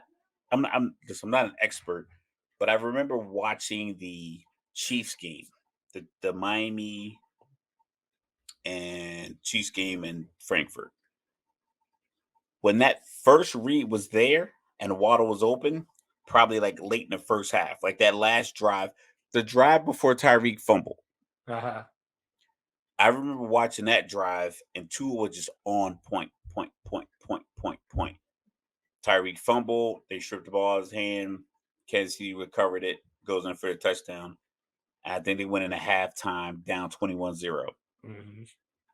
There were drives when he came on the second half where it wasn't there and they ended up punting. Kansas City did nothing offensively in the second half, but then it was like one or two drives when they scored their touchdowns where Tua hit that back foot, let it go, let it go, let it go. First down, first down, first down, touchdown.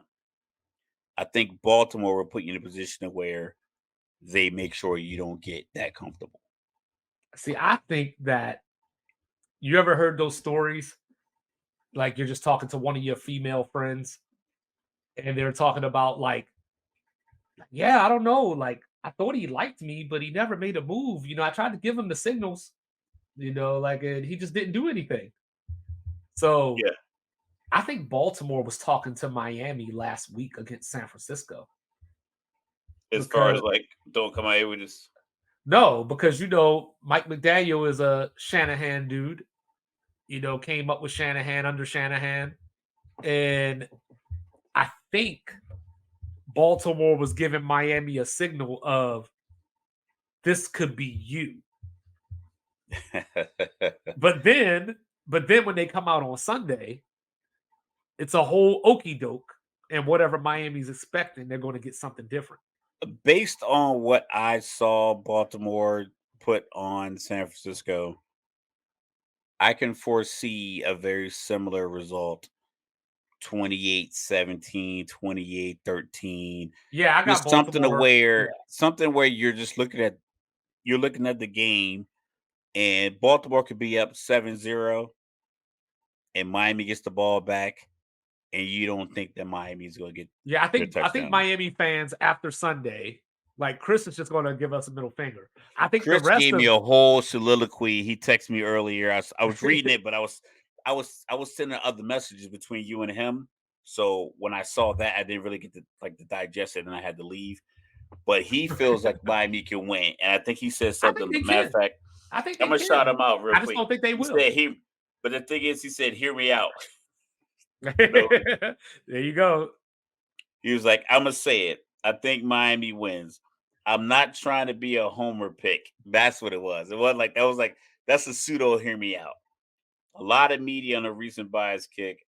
I'm picking Baltimore, but forget both these teams will play Sunday for the fourth time in 5 seasons. A lot of players on both sides are familiar with each other. Uh-huh. Not to Uh-huh. mention The Kyle game last Hamilton year may was a be out, banger. but we'll see. And I think that was in Baltimore too, the game last year. Okay, I'm about to let him know. Like Well, I this is read my this on the problem. This is podcast. my problem with Miami. I'm listening. I'm just texting Chris. Yeah, this is my problem with Miami. They miss a lot of tackles. They miss a lot of tackles.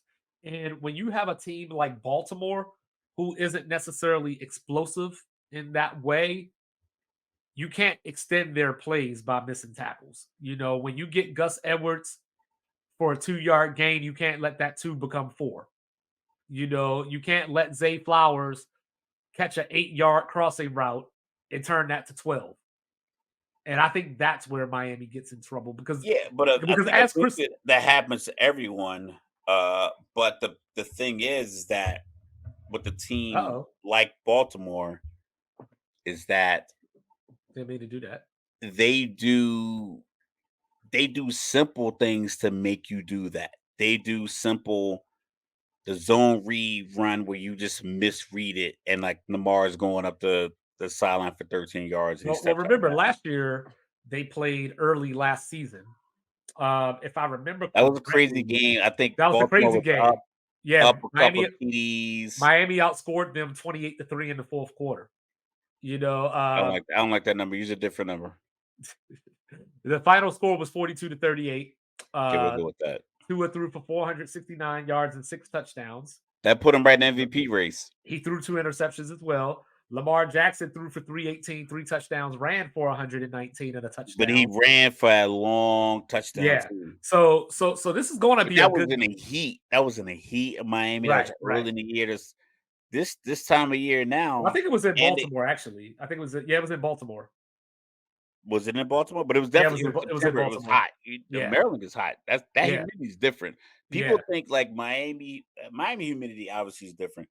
Jersey humidity is ridiculous. No, Maryland give you headaches. That Maryland, Virginia humidity is just like Korea. It's like walk through a swimming pool. Yeah. And it was early in the year. No, I think it's going to Now, be a good game. I just don't I think think you get Miami's going to win. overwhelming. I don't think so either. Yeah, like I don't think Baltimore. Without Waddle, that means you gotta hit. Without Waddle, you gotta hit Tyreek. You gotta hit Tyreek deep once. Like you gotta hit him for one of those 40, 45-yard over the top routes at least once. And then he has to take Tyreek got to get you 160 yards receiving. Which he's capable of. You know, I think that like I said, I just think Baltimore's going to win. I don't think that they're going to come out here and go 35-7 or something I like that. think it might be that, and that's the thing. I didn't think that last week. I really wholeheartedly felt like San Francisco was going to have a real shot to win. I think that after this game, like I was originally going to say, I think Yeah. after this game, Chris will just give us the middle finger. I think the rest of Miami fans will just say, "I thought we were done with this fraud shit." Nah, because I think even after that, they still got an AFC Championship running them. They do. They got another shot. Like it's not like if it's a Buffalo game, like if it was Baltimore Buffalo, and then Baltimore made them 9-7. I'm telling you right now. Miami still has a run. Chris, I'm not trying to put nothing out into the universe. But if Miami loses this game this weekend, Buffalo could win your division. Yes. And I mean, think about that. Like Buffalo coming in there. I mean, granted, it's at Miami. It's the heads up game, right? Buffalo beat them already. Right. By 20. The Buffalo wins because I got Buffalo's beat New England this week. But just imagine Buffalo's mindset of 3-4 weeks ago. Keep going. I got to grab a water. I'm listening. 3-4 weeks ago, they left us for dead. And here we are now with a chance to win this division. I don't think Miami wants that, so the best way to avoid that is to beat Baltimore. With like I said the other day, I felt Tua left 2 or 3 touchdowns on the field against Dallas last week where he had Tyreek, but Parsons was getting to him. Dallas was getting pressures on him, and he just went either the wrong place with the ball, he underthrew it, he overthrew it. And he's going to Baltimore. Like, Baltimore's just different at home. I talked about this earlier this season before the Rams game, where, you remember what Baltimore did to Detroit and Baltimore. We've seen this movie before. I think Miami has the firepower to keep it a close game. I don't think it's going to be a blowout. I do think Baltimore may start out a little sluggish based on what I was saying earlier about coming from the West Coast Sunday night game, intense. Like, you don't normally play San Francisco and Miami back to back, so having to get to the level that Baltimore has to get to play those teams back to back is a tall task, especially if Zay Flowers doesn't play or he's hindered a little bit, especially if Kyle Hamilton is hindered a little bit. So I think Miami keeps it close, but that's about all I got. I got Miami losing by 2 possessions. All right. Then, up at Orchard Park, might as well talk about the Bills. I got the Bills beating Bill. Yeah, I agree with that. Yeah, I just think that, Bailey Zappi had his fun in the sun. Shout out to West Kentucky University. Yes, sir. Go Toppers. You know what I'm saying? Like he had his moment against a team that is obviously checked out, I and don't think they're checked out. I think it's just a matter of like there's only so much you can do. well, no, like Cortland Sutton went out early last week, with the head injury. So we don't even know if he's playing this week, but he went out early with the head injury. And You talk about then Buffalo, New England. yeah, I'm talking about New England, Okay. so Cortland Sutton went out early, so Denver lost their best receiver, their weapon. And then New England just I mean the game was won with the kickoff fumble. That's where New England won the game because Denver had just scored. They had momentum. They were coming back, fumble to kick off. New England picks it up, runs it in, and it was Yeah, but with less than 2 minutes left, Denver had the ball back, and the ineptitude of Sean Payton. well. I think that's just how bad New England is. Like, But that's the thing. Like Denver had the ball with a chance to win. I just think right. that I believe they called a screen pass on first down that either went for a loss of yards or didn't work out at all. I can't recall. I just remember thinking like you got the ball back because it was 20. I think I was talking to you and I was like kind of running around. I finally got settled into my house and it was 23-7. And I was like, well, this game's over. So Yeah, I think I was driving. I was driving for a while. I was doing something. I was like on the road or whatever. So I'm like, let me take a quick shower. Took a shower, got out. Score was 23-15. Denver had the ball back. And I was like, I've only been in the shower a couple of minutes. yeah, Combat shower style. Got out, came back, game's tied. Denver's getting the ball back. They got the ball back, all the momentum at home. My daughter's asking me why people don't have shirts on. I mean, like, I know it's cold. It's Denver in December. I know it's cold. I was there before, but it was like, okay, they're gonna make this run, and it didn't happen. And then I believe Bill was playing potentially for overtime, uh huh, and I don't know if he just saw something or he figured I'm gonna run it down to where even if I punt it to them, uh-huh. there's not enough time. But Well, that's they got into a takes. third and two. They got into a third and two, and Zappy just hit a good throw, for about 15, 16 But yards. but on second down, the play call was we taking this to overtime. Yeah. First and second down looked like we taking this to And overtime. I The mean, play the call. field goal was from 54, and it was a dude that had already missed a field goal and missed the extra point. So, it wasn't a guarantee that getting into field goal These range was going to kickers, end it. these kickers are pretty solid for 50 plus. I don't know what the Well, numbers not are, but this I guy. imagine just in general in the league. I'm imagining if we did the math, we could probably look it up. Maybe have like some AI system look it up for us. But I believe these kickers are probably somewhere in the range of like 78 to 82% from 50 yards across the league. Right, right, right. They're All probably right. it's like back in the day where it's like nobody was making it from 50. All right. So, pop quiz time. Let's hear it. Let's hear it. Who leads the league in time of possession?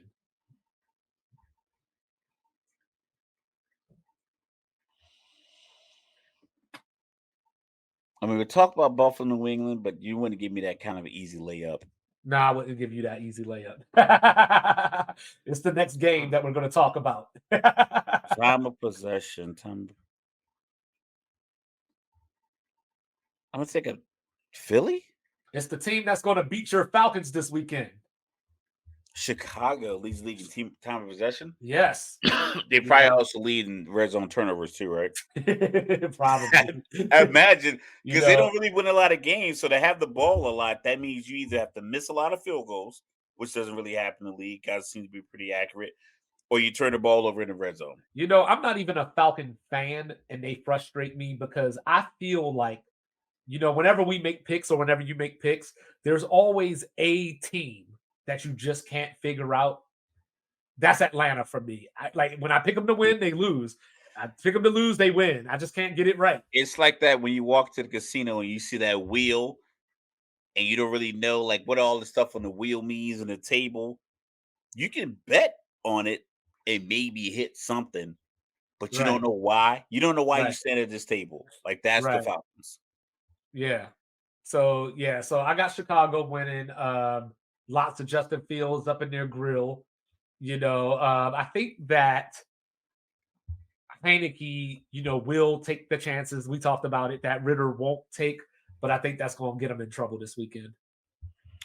I'm gonna say reluctantly. I picked Indianapolis last week, and Atlanta finally won a game by more than 2 possessions. Yeah, first time in the Uh, Arthur Smith era. First time. Keep that in mind. Like Maybe that's they 20 got some years. momentum. Maybe they got some momentum.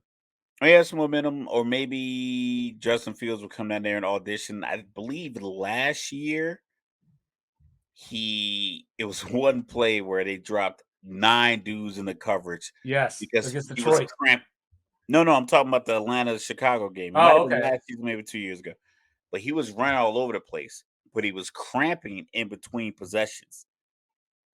So it was one possession. I think they might have had the ball at the 25. Like they were close to the red zone, Yeah. 25 somewhere. And they dropped 9 dudes in the coverage because for the previous 2 or 3 drives, Justin Fields was cramping up, so he couldn't run. So they just dropped 9 dudes Oh, in the yeah, I coverage remember that now. Yeah. because he just was so either dehydrated, he was cramping up so bad that he couldn't even run. And No, he I was was thinking like about the one play bouncing where side to side, and he was like this dude's really hurt. now I was I thinking about the want to one bet with play Chicago fan that I was thinking game. about the one play when they were playing against Detroit and like everybody just paused and he like threw the ball away or something. Like I was thinking about that play. But yeah, I got it. I got Chicago. I'm gonna take Then Atlanta just because I gotta jump back on my squad. yeah, then I got my confusing one of my confusing games of the week because this team just a few weeks ago got shut out at home. Then Brooklyn, la- yeah, or Las Vegas. Then Las last week Vegas.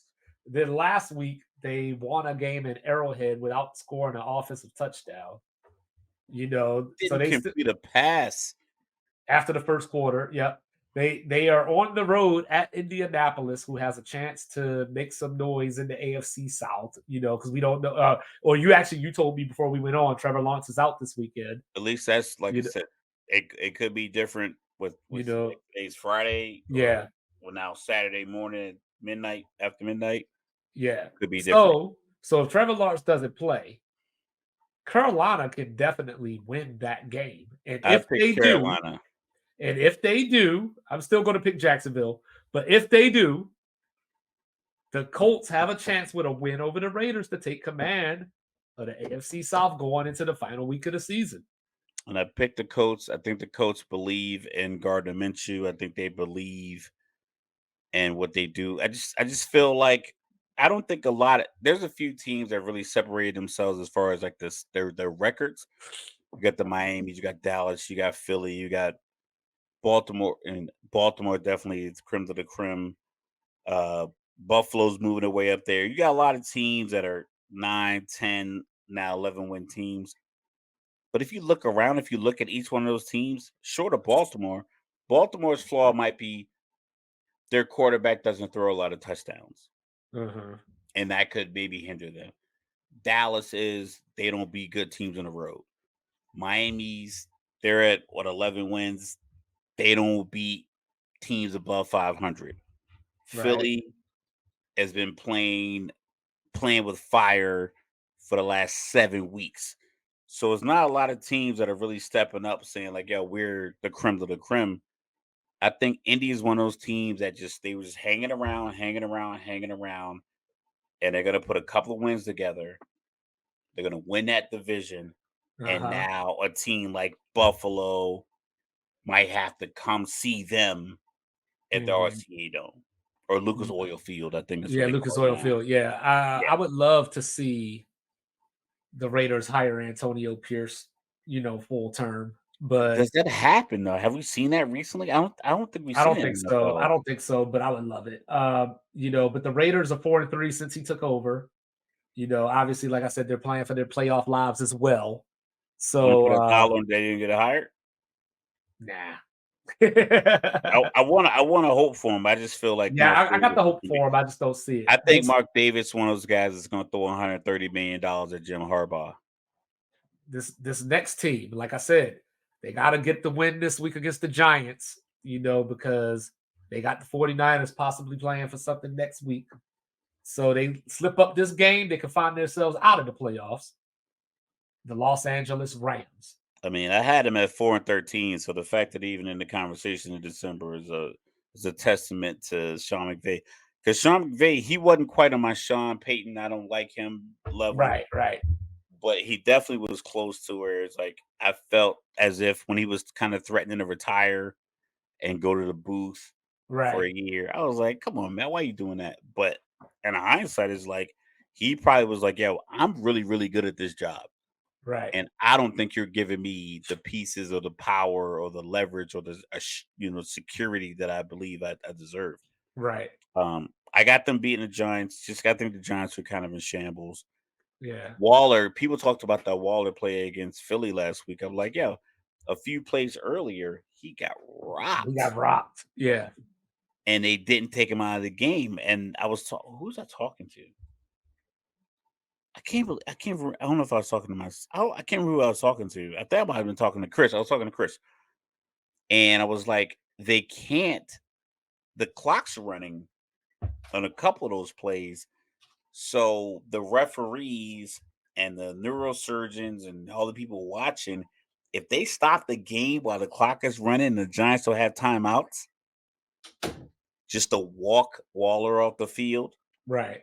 and the Giants get to like regroup and get a good playoff, it would be pandemonium. But he definitely has something. He definitely was off the rock because he got Definitely. hit on the sideline. It was an incomplete pass. He should have stayed down then. But then those other two completions. But yeah, Yeah, we I got don't think it helped. Rams 5-1 in their, games since the bye week, averaging 32.4, 438 or 433.8 yards per game in that stretch. Match stats Uh, from MVP, their only loss was the game to Baltimore that we talk about with the punt return. and they had Uh, 31 points. Yep, Giants starting Tyrod Taylor this week. The DeVito experiment is over. Praise the Lord. We got Tampa. I got Tampa over New Orleans. True. And if Atlanta does lose to Chicago, then Tampa is your Mhm. NFC South champion. So Saints and Falcons next week. One of my favorite rivalries. So, but Will mean nothing. so like it's It so will so over mean absolutely nothing. so over the last 3 games, Baker Mayfield 8 touchdowns, no picks. Over the last 3 games, Derek Carr 8 touchdowns, 2 interceptions. Now, if you told me that for Baker Mayfield, I would be like, I can see that. If you told me that about Derek Carr, I would be like, for real? 8-2 Yeah, it just don't look like it. When you watch the Saints play, it just doesn't look like that. because they don't. It's a matter of the belief. When the offensive lineman was yelling at him a couple weeks ago, it was like just this culmination of you can have a leadership style and it might not be everybody's cup of tea, Right. but you have to back it up. Like if you have a demonstrative, just very in your face, abrupt leadership style, then you have to back it up with top notch performance.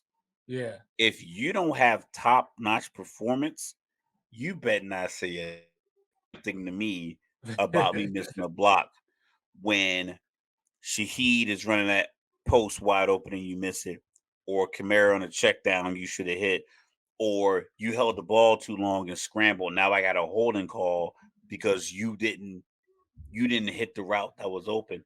Don't you look at me and start yelling. And I think that's what's happening there. Because, like, listen, you didn't come up with these guys. You Yeah. haven't been with them in the gym. Jameis Winston was the best option for New Orleans. Correct. So here's a stat for you, funny stat. I just find it funny, that's all. You always talk about, Desmond Ritter threw the 12 passes, but he only had like 50 yards or whatever it was. 8 for 12, 73 yards. Yeah. Got benched. Alvin Kamara against Tampa the first time they played. 13 catches. 90. Like, wait. 13 catches, 29 yards. 33 yards. Man, that was close. I didn't see that stat. I just was guessing. Yeah, Based off that's the context. just wild. And then as 13 catches, not 13 rushes, 13 catches. Yes, I think I read that right. Let me 13 double check I myself. mean, Let you're me double check probably right. myself. I'm just like thinking about it, like in the context of Let me double check myself real quick. even a little, even Because a I little remember running I back picked the Saints option to win route that gets you game 8 too. yards. A little running back option route, hit the flat, that's 8 yards. No, it was 13 catches for 33 yards. He That's what had I'm a saying. It's like 11. how He had 11 carries for 51 yards. So he rushed you for should more yards than he. he Yeah. should just kept his cleats and he should just stay on the sideline. You can do that. So then, as the Washington turns, 28 touches for 83 yards, 84 yards. yeah, as the Washington turns, only the Commanders can bench their quarterback Mm-hmm. and then possibly have to play him because the backup has a sore hamstring. And oh, by the way, Hold on. Yo, that's my ugly laugh face. yeah, they benched. They How he benched. had a sore hamstring? They benched Howell. You know, he was 6-22 for 56 yards. Jacoby Brissett came in, got the lead, lost on the last second field goal. They named Jacoby the starter for the 49er game this week. And then yesterday it came out that he had a sore hamstring and Sam Howell might start. So only Washington, y'all. I'm gonna get my what's the boy named Zach Wilson on. But here's my question. We're not going to talk about this game because 49ers going to, like, you know, as Stone Cold Steve Austin would say, walk a mud hole and stomp it, or stomp a mud hole and walk it dry. So, I had a beer. but I here's my had a question. beer. Here's my question. What's the point of benching Sam Howell right now? Oh, because you're gonna clean house. I know, but I mean, you lose it anyway. Like, just secure the draft pick. Because you think you can trade him. But Jacoby Brissett, you know, like he almost pulled off that win last week. And then you got Dallas next week potentially sitting starters if Philly wins the division or whatever. Like, you know, like Yeah, there's but does no, that win count? I Does don't that get it. win tell you that that guy is your future? No, but that's my point. You know, just get the draft pick because right now there's a log jam. You know, you got those Denvers and Would Vegases and Sam people like that. Howell fit as a good backup with the Jets? Oh, Jesus Christ. Moving No, on. just no, not in the crazy way, but like if you're in management, you own a team, you're gonna clean house no matter what. The enemy's gone, Rivera's gone, most of your star lineup's gone, your coaching staff's gone, these guys are gone. You got to replenish it with I mean, something. he just led the league and passed it like 4 weeks ago. Cool. So can I get a fourth and a fifth for him Oh, to send him to the Jets? okay. So I keep him healthy. I send Okay. him up to New York, and then he get back up Aaron Rodgers, and I have 12 draft picks next year because I'm the Washington Commanders or whatever their name's going to be next. See, I almost you changed it on me because when you first said that, Yeah, I I, was trying to I, get to that point. I almost had a Stephen A moment. Like, you know, like Skip used to say stuff and he used to be like, Yeah. that was about to be me. Listen, you know, I'm a qualify and quantify what I'm saying. Like All right. my thing is just was like because I think a lot of teams are in that like we talked about that was it 16, 17, 18 around like because we talk about like when do you start positioning your team for the draft next year? Right. Because you gotta commit physically. Like I Right. gotta tell these 53 guys are gonna be on the roster on Sunday. I need you to I need you to run hard on kickoff. I need you to run hard on punt return, punt block, whatever it is. I need you to block hard. I need you to do all these things hard. But management knows we're Chicago. Carolina's probably going to be the number 1 or 2 pick. We could lose a few games and be 5. So Right. we can get 1 and 5. When do you tell the coach just to sit Justin for the rest of the year? Denver, we talk about Russell Wilson. When did the brass call Sean Payton then and the GM in and they sit down Well, and say, listen, according to that tweet that I read before we started, it was that about conversation's been going on since the bye week. So, you know, they just made the decision. But but how do you convince the other guys to keep playing? So that's the situation we're well, watching is I like, think they might play slightly better short term without Russ, like for a driver, like they might start off okay before it settles in, because I think that the players might be tired of Russ just as much as Peyton might be. Because we've had that conversation before, about Yeah, wait till Jared Stidham misses you on that slant route, yeah, or he we'll throws it see. too far in front of you, and that safety take your head off. All right, so Mr. Logical already told y'all he's taking Carolina over Jacksonville. True. I'm taking Jacksonville, even though Carolina did run for 162 against Green Bay last week. So keep your eye on that. Give me Houston over Tennessee. CJ Stroud is back. Will Levis is going to play. So we got our rookies going at it finally, because CJ Stroud missed the matchup 2 weeks ago where Case Keenum was able to beat We and need a future. We they need an sunned NFL they future. sunned Tennessee in the Oiler jerseys because they were being petty, and it bit them Yeah, in the ass. they were doing that. They planned that for a while. Yeah, they had to have, Yeah, they but planned yeah, that. I remember reading an article about that in September, and they were like, "Why would you just not do it at home?" I'm going with Houston. And if Mr. Logical is right about Carolina, we might just be setting up Jacksonville Colts for the division title next week. So, The NFL is scripted, so we'll see. there you go. This is the game that I struggled the hardest with. What do you think it is? Pittsburgh, Seattle. Yes. I want to pick Pittsburgh so bad. I want to pick I'm not. Pittsburgh so I'm bad, not betting but I'm against not Campbell doing it. anymore. But I'm not doing it. I'm picking I'm Seattle. taking. I'm taking Pittsburgh.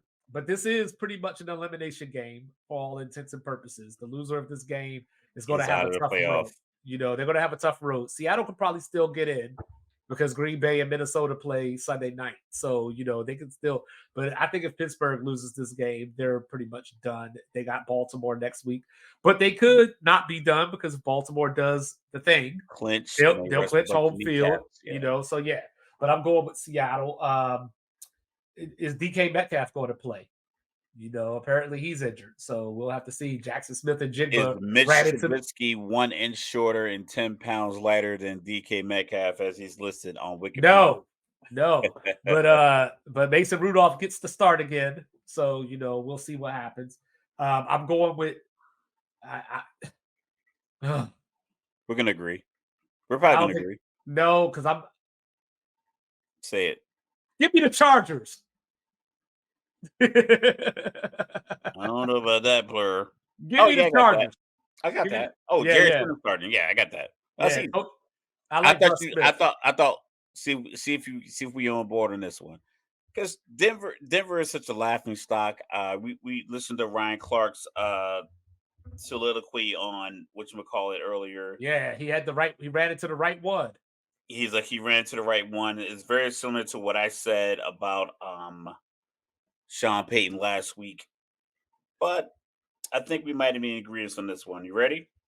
All right, let's do it. I got Cincinnati beating Kansas City. No, we don't agree. We don't agree? But some stuff that did surprise me when I was looking at this game. So the first question that I asked myself before I even looked at any stats or anything, I said, can Kansas City really lose 2 in a row at Arrowhead to a backup quarterback, basically, or like an inexperienced quarterback? And then as I started searching, I said, these They already did. are 4-4 at home this season. Or Yeah. They lost back to he's lost. He was 8-0 to rookies. That got snapped. Yeah. Something like back-to-back losses. Well, I had that forgot had happened they lost forever. the Buffalo game at home. Mm-hmm. So no, I'm going with Kansas City. It's winning time, if you will. What? It's winning time. Jake. Not concepts, like actual. No. I just think inside it's the 52 and a half yard. I don't field, know if 100 Cincinnati. yard. I don't know if Cincinnati will be able to move the ball effectively against Kansas City. You don't think it'd be tiresome when the Kansas City offense can't move the ball at all? At all. We watched them against the Raiders. They could not effectively move the ball at all. So then when they needed the defense to like make a stop, literally Oakland, I keep saying Oakland because they were playing so Oakland last night, very old school. The last week. They did not complete a pass for the last 3 quarters of the game. Correct. You knew they were going to run it because running the ball at the end of the game is the most effective way to keep the clock going and keep Patrick Mahomes on the sideline. No Josh Jacobs. They ran the ball for like 65 yards on that drive. Yeah. It's like, Zamir White, 22 rushes, 145 yards. and that was the only option. You knew that was it. And I know Spags is a great defensive coordinator, but a lot of any relationship you have is hand in hand. You could be a good husband, but you have to have a good wife that supports you, and you have to be a good husband to her that supports her. It's not a matter of like, yo, I'm good at this, she's good at this, we gonna make it work. Like, nah, like it has to be like this measure of support in the middle. I'm I just don't going think the out. Kansas City offense supports the defense the way that they needed to be, because it's like, listen, when they use that phrase, when the pass rushers can pin their ears back. That was happening a lot of times when New England with their run, when they would go up 14-0, or the greatest show on turf. And it was like, we know you can't run the ball. So now the defense can quote unquote pin their ears back. That's the balance. It's like, I'm gonna get you turnovers because you got us a double digit lead. Now we gonna go out there and hunt. The Kansas City Chiefs haven't done anything offensively, at least their wide receiver core. They haven't operated as if they understand the magnitude of being in the right spot. So, not necessarily so you can catch the ball, because this is something I saw from the Kansas City wide receivers the last like 7 or 8 weeks. They all get up fucking showboating. Like Sky Moore getting up and dropping the ball. Kadarius Tony and all this. I'm like, dog, this dude is running for his life so you can get open, because you didn't run the route at first to beat the guy in your man-to-man coverage. There's no help. There's no double teams. Travis Kelsey has 6 dudes on him. The referee there, the coach there, cheerleaders out there guarding Travis Kelsey. He's never open. These dudes getting balls, hitting him in the face mask. Like Patrick Mahomes threw a pass that went through the dude's hands, and it was like great defense. The defender's hand was here. The ball was here. Defender's hand here. Ball's here. And he dropped it. I have zero faith in Kansas City. I'm going to go ahead and call it 27-17 Cincinnati. Here's something for you. If I'm being honest, they just know how to play us. Oh, first of all, quote, if I'm being honest, they just know how to play us. They know the leverage. They know what splits we're in. They just know what we're going to do in certain moments. They throw little double doubles at us to stop the 2 best players on the outside, and that's all they do. It's not really like they've got a Jalen Ramsey on their squad. End quote. That is one Jamar Chase talking about Kansas City secondary. Yeah. And he might not even play this weekend, first of all. He don't need to. But I don't know, man. Like, What did Devontae Adams do last week? I'm just going to trust Andy Reid, and playoffs are coming up. I just think Cincinnati's fun is over. That's all. Yeah, but like, you could think that, but what, like, realistically, what have you seen from Chiefs wide receivers or running back core or just skill position players offensively Well, I've seen a that little says, bit like, from the running back core. They just don't give them the ball enough. really? They give the ball to Pacheco all the time. He gets 3.5 yards of carry, if that. Not enough. They don't give it to him enough. Would you bet your mortgage on the Chiefs winning? No. Okay. I'd bet my rent money that I pay here on the Bengals. All right. Well, you have fun with that and let me know how it goes. I mean, I won't do it because I got to live here just in case. Yeah, NFL is crazy. I'm taking the Eagles to beat their former defensive coordinator, Jonathan Gannon. The most exciting coach in the NFL. That's right. The most interesting man in the world. That didn't get your blood boiling. How did you thrive here today? Yeah. So if Dallas does slip up against Detroit, Philadelphia can put away the division. I don't think Arizona's going to stop them anyway. And, no. So just give me Philly. And then finally, last but not least, Mr. Logical's favorite backup quarterback, Jaron Hall, getting the start for the Vikings. Nick Mullins is the only quarterback in NFL history that has probably thrown for 411 yards and got benched the next week. You talking about the kid out of BYU? Yeah, he's starting. They benched Nick Mullins. TJ Hawkinson is out. Yeah, so ACL, PCL, CL, something like that. Yeah, MCL, out for the PCL. season. Yeah. We don't know if Jordan Addison's going to play or not. They will have the Jet. We do know that Jair Alexander is not going to play because he'll be serving his one game stupidest suspension I ever heard in my life. Keep in mind, a kicker from the Giants got suspended for one game for domestic violence. So for a guy to get suspended for one game for going out as a team captain is just ludicrous. I know Yeah, it's different situations and context is important, but I don't know. Maybe it was the post game. Maybe it was the press conference afterwards. I I don't didn't know. even know that was a thing. I didn't think you. I didn't even know they named them and like it was like that official. It's like one of those. It's like a very Air Force kind of. You like deal with an Yeah. Air Force kind of rule, and it was like, well, it's just conditions of employment. It's like, is that necessary though? Like, I Well, mean, like, I get that you could write down this rule and you could type it out and argue it out, but I'm like, is it necessary? yeah. So and then he had the nerve, so he won the toss. Because he called tails. He won the Because he toss, had no idea what he's doing. and then he had the nerve to be like, "Yo, we want to give the defense." Whoa, With the whoa, whoa, defense whoa, on the whoa! field, We he defer, might buddy. We not be defer. right. Yeah, like we defer, buddy. He might be that quintessential jock. He just Yo, went to school to play football. Because like we watched the interview, and I'm like, so I'm not gonna knock somebody for like their, the accent, whatever the case may be. right. But just the way he puts sentences together is like, dog, either you are high, you're not bright, or you don't care. It's like it Yeah. did. It coming to me. Yeah, I was like, what is he talking about? It you just know, it just felt it just felt like I don't know if Kyler Murray stands in front of the microphones and answers the questions that same way. well, Like the story of this game is for me is Brian Flores and what can he scheme up against Jordan Love, because earlier this season I was making a lot of fun of Jordan Love because he was just throwing the picks and just he being turned it reckless around. with the ball. Yeah, his last let's see, what is it here? His last five out of his last 6 games, he's thrown at least 2 touchdowns with no interceptions. Yeah, So, I got his numbers here. For the did I write it down? Jordan Love.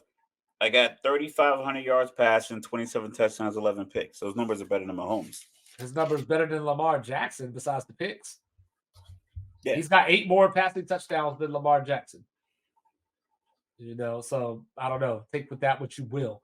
But but those are the picks for this week. I'm picking Green Bay. You picking Green Bay? I'm picking Green Bay just because I think Minnesota is just kind of in shambles. I hope they keep their team together. I don't know what Kirk Cousins is going to do. I don't know if he's going to take the full next season off to recover, Right. take his check, and then let them figure out the quarterback position. I think Brian Flores, I wish he was in position to get a job, but the fact that he's a defensive coach, I don't know if But the way many he's turned around openings. this defense, he might get a look. He might get a look to be a defensive coordinator because the offensive coordinator in LA, being the Rams, gets a job. And I don't know who that person is. I'm just saying, like, Oh, you know who the Rams defensive coordinator is. no, offensive. The Rams offensive Oh, coordinator offensive coordinator. I thought you said defensive coordinator. is like Ryan Morris, right? Yeah. Yeah. I thought Atlanta should have hired him. He's not one of the examples of like that interim coach. I'm not sure if I can recall off the top of my head. Maybe you can, since we're over 2 hours now. If you just kind of think about it in the top of your head, I don't recall many interim coaches, even I with knew success, that. getting hired. I knew that. What is that? Mike LaFleur is the Rams offensive coordinator. Matt's little brother? Yeah, I knew that. So I can see him getting the Chargers Chargers. job and then bringing in Flores to be the coordinator. I just don't see Flores getting a head coaching job and bringing in Well, you Mike think LaFleur to you be the think another coordinator. year, or you think like that's done for? I just think that your defense has to be. It's the same thing we talk about the MVP. If you're not a quarterback, you got to have like some kind of series of stats that are just all world. Right. Like your team has to be first in sacks, second and third in turnover, and you have to You have got to like be the Ravens 2000. comeback player of the year in defense and Denver defensive 2015, MVP candidate and defensive player of the year candidate on your defense, and none of those people were even in consideration when you took over. Like, I right. think that's how going forward you're going to be a defensive head coach that gets a defensive coach that gets a head coaching position, Yeah. because I can look at, okay, Mike McCarthy calls the plays in Dallas. Mike McDaniels calls them in Miami. LaFleur. LaFleur calls them in Green Bay. I'm trying to think of a coach that we know, like Atlanta's offensive coordinator, but Arthur Smith still calls the plays. I'm trying to think. Bieniemy calls the plays, so maybe he gets a look, but he's already kind of had like kind of gone through the ringer with the head coaching interviews. Right. I think it might be tough for him. Uh Maybe the guy who's the offensive coordinator at Indy. And they're I'm not Steichen. sure who, it's not necessarily Steichen's the head coach, Right. but Right. because Gardner Minshew has had such a great season, it might be viewed as this is like Oh, a collective team effort. oh man. What we got? Jim Bob Cooter. Which one is that? He's back for the Colts. Who was he a coordinator for before? I remember that name. Jim Bob Cooter. He was with I'm drawing a blank right now, 'Cause I but think we had a conversation about it, because I remember that name being so like just kind of prominent in conversation. yeah, um I know he was with Philly, so he's been with Steichen for a minute. Okay. He was with Jacksonville, I believe, last year, not as the offensive coordinator, Okay, here we go. but I think I got another I got a name for you. At least a team in the Detroit. position. That's where I remember him from with Matt Stafford. Yeah. Tampa Bay offensive coordinator. Oh, this was his first year. This is his first year as the offensive coordinator. The way he's turned Baker Mayfield around, I could see him be Dave in a position Canales. to Yeah. getting the Washington job or the Chargers job. Yeah, I Even remember though bringing him I up. not know what he Like, really was. I'm trying to think of like yeah. Well, I remember a we were talking defensive about him before the season started. That was why we had Tampa. That was one of the reasons why we had Tampa so first year low. offensive coordinator. Yeah. Yeah. Maybe Brian Leftwich is out there still kind of reading film, and maybe he can get back in the race. I think he's probably should have taken a Jacksonville job. Yeah. At Especially with his least history there, like it just would have like you worked should out. just He take. didn't like the GM. If the GM was that bad, he would have got fired probably. He would have got fired before you if you'd have signed a Yeah. 5-year deal, 5-year, Right. 80 million. They get rid of the GM before they get rid So of that's you. what I was wondering. Hopefully, he hasn't screwed himself from getting another job down the line outside of being Long, a coordinator. long as he's talking to the right people, because sometimes, man, listen, I'm a black dude in America. I get it. It's a tough road for us sometimes, but you don't let that shit hold you back. Like Right. Carlos Miller from 85 South, he said a quote, and I want to make sure I get it right. I've been drinking a little bit. And he said, be who you are until it stops you from being who you want to be. Oh, I like that. And I married that with this quote that, or a statement that Cat Williams gave. He's talking to Larry King, and Larry King was doing like these rapid fire questions, and Larry King asked Cat Williams, "What's the worst advice you've ever received?" And his response was, "Don't change." And I was like, "That's deep." So when It is. I've heard that like a while ago, and I was like, "That's dope." So then when I heard this the other day, it was like, be the person who you are until it stops you from being who you want to be. Right. It's like, I get it. You can rest on your tenacity, your anger, and your position, but it's like, is this hindering me now? Like, have I gotten to the point where, like a Kanye West kind of situation? Kanye West is like, I can let these dream killers kill my self esteem, who use my arrogance as esteem to power my dreams. Yes, but is it now hindering you from being able Mhm. to be, have self-awareness and be reflective, because you're simply still rolling with this arrogance theme?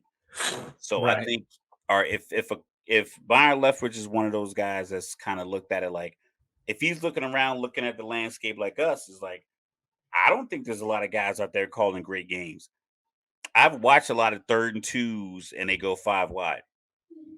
Every team, no matter the talent level of the quarterback, Mitchell Trubisky should not be throwing 3rd and 2 or 4th and 2 routes 5 wide. He needs a tight end and a running back in every one of those situations when it's crunch time.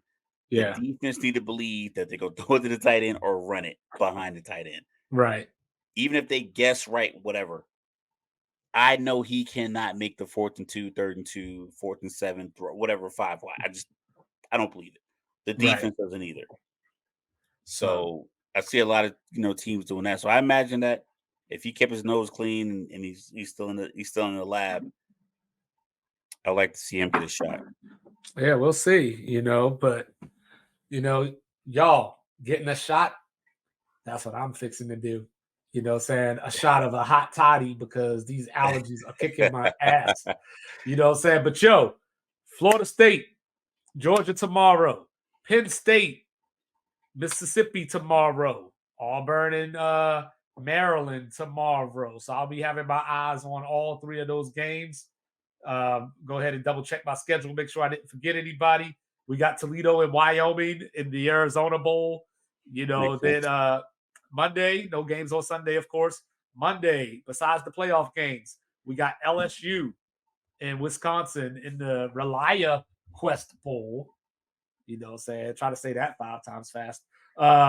We got Iowa, my sweetheart, Iowa, playing against Tennessee. Joe Milton sitting out the bowl game. Nico, I ain't even trying to say his last name. Nico getting the start. We got high noon, live from Phoenix or Glendale, whatever you prefer. We got Mr. Logical's Liberty Flames. Lynchburg stand up. Against Oregon. And then, that's it. Like we get it all popping. But on that note, y'all, enjoy your football. Enjoy your New Year's. Let's make 2024 a great year. Be safe. Order is coming at you. Biggest movement since Dipset, but I am not Joel Santana. So we're going to put it like that. And we will be back on Tuesday. Be safe. We go to recap. Not drive drunk this weekend. I'm not saying it because the cops are going to be out. Ooh, the first sergeant speech. Be safe. I'm telling you. It's the prime time of the year to get pulled over. Don't have a couple of drinks to try to get to the next party. Trust me, the next party is not better than the party you're currently at. All of y'all, stay there. Enjoy yourself. Get your pillow, your air mattress. Sleep it off. Go home. All of y'all got at least 30 people into your phone. You could call one of them. Call anybody. Anybody. Call your mama and have her call your girlfriend. Pay double for the Uber if necessary. But yes, be safe. Stay home. $10,000 DUI or even worse, a manslaughter charge is not worth going to the next party. Yes, we will be back on Tuesday and we want you here with us. Like, review, subscribe, share, do all the things, talk to your grandma. It's all free. Let us know. I promise. Your ratings. I promise you. I love my wife, so your grandma is safe for now. But we'll be back next week. See you later. Peace.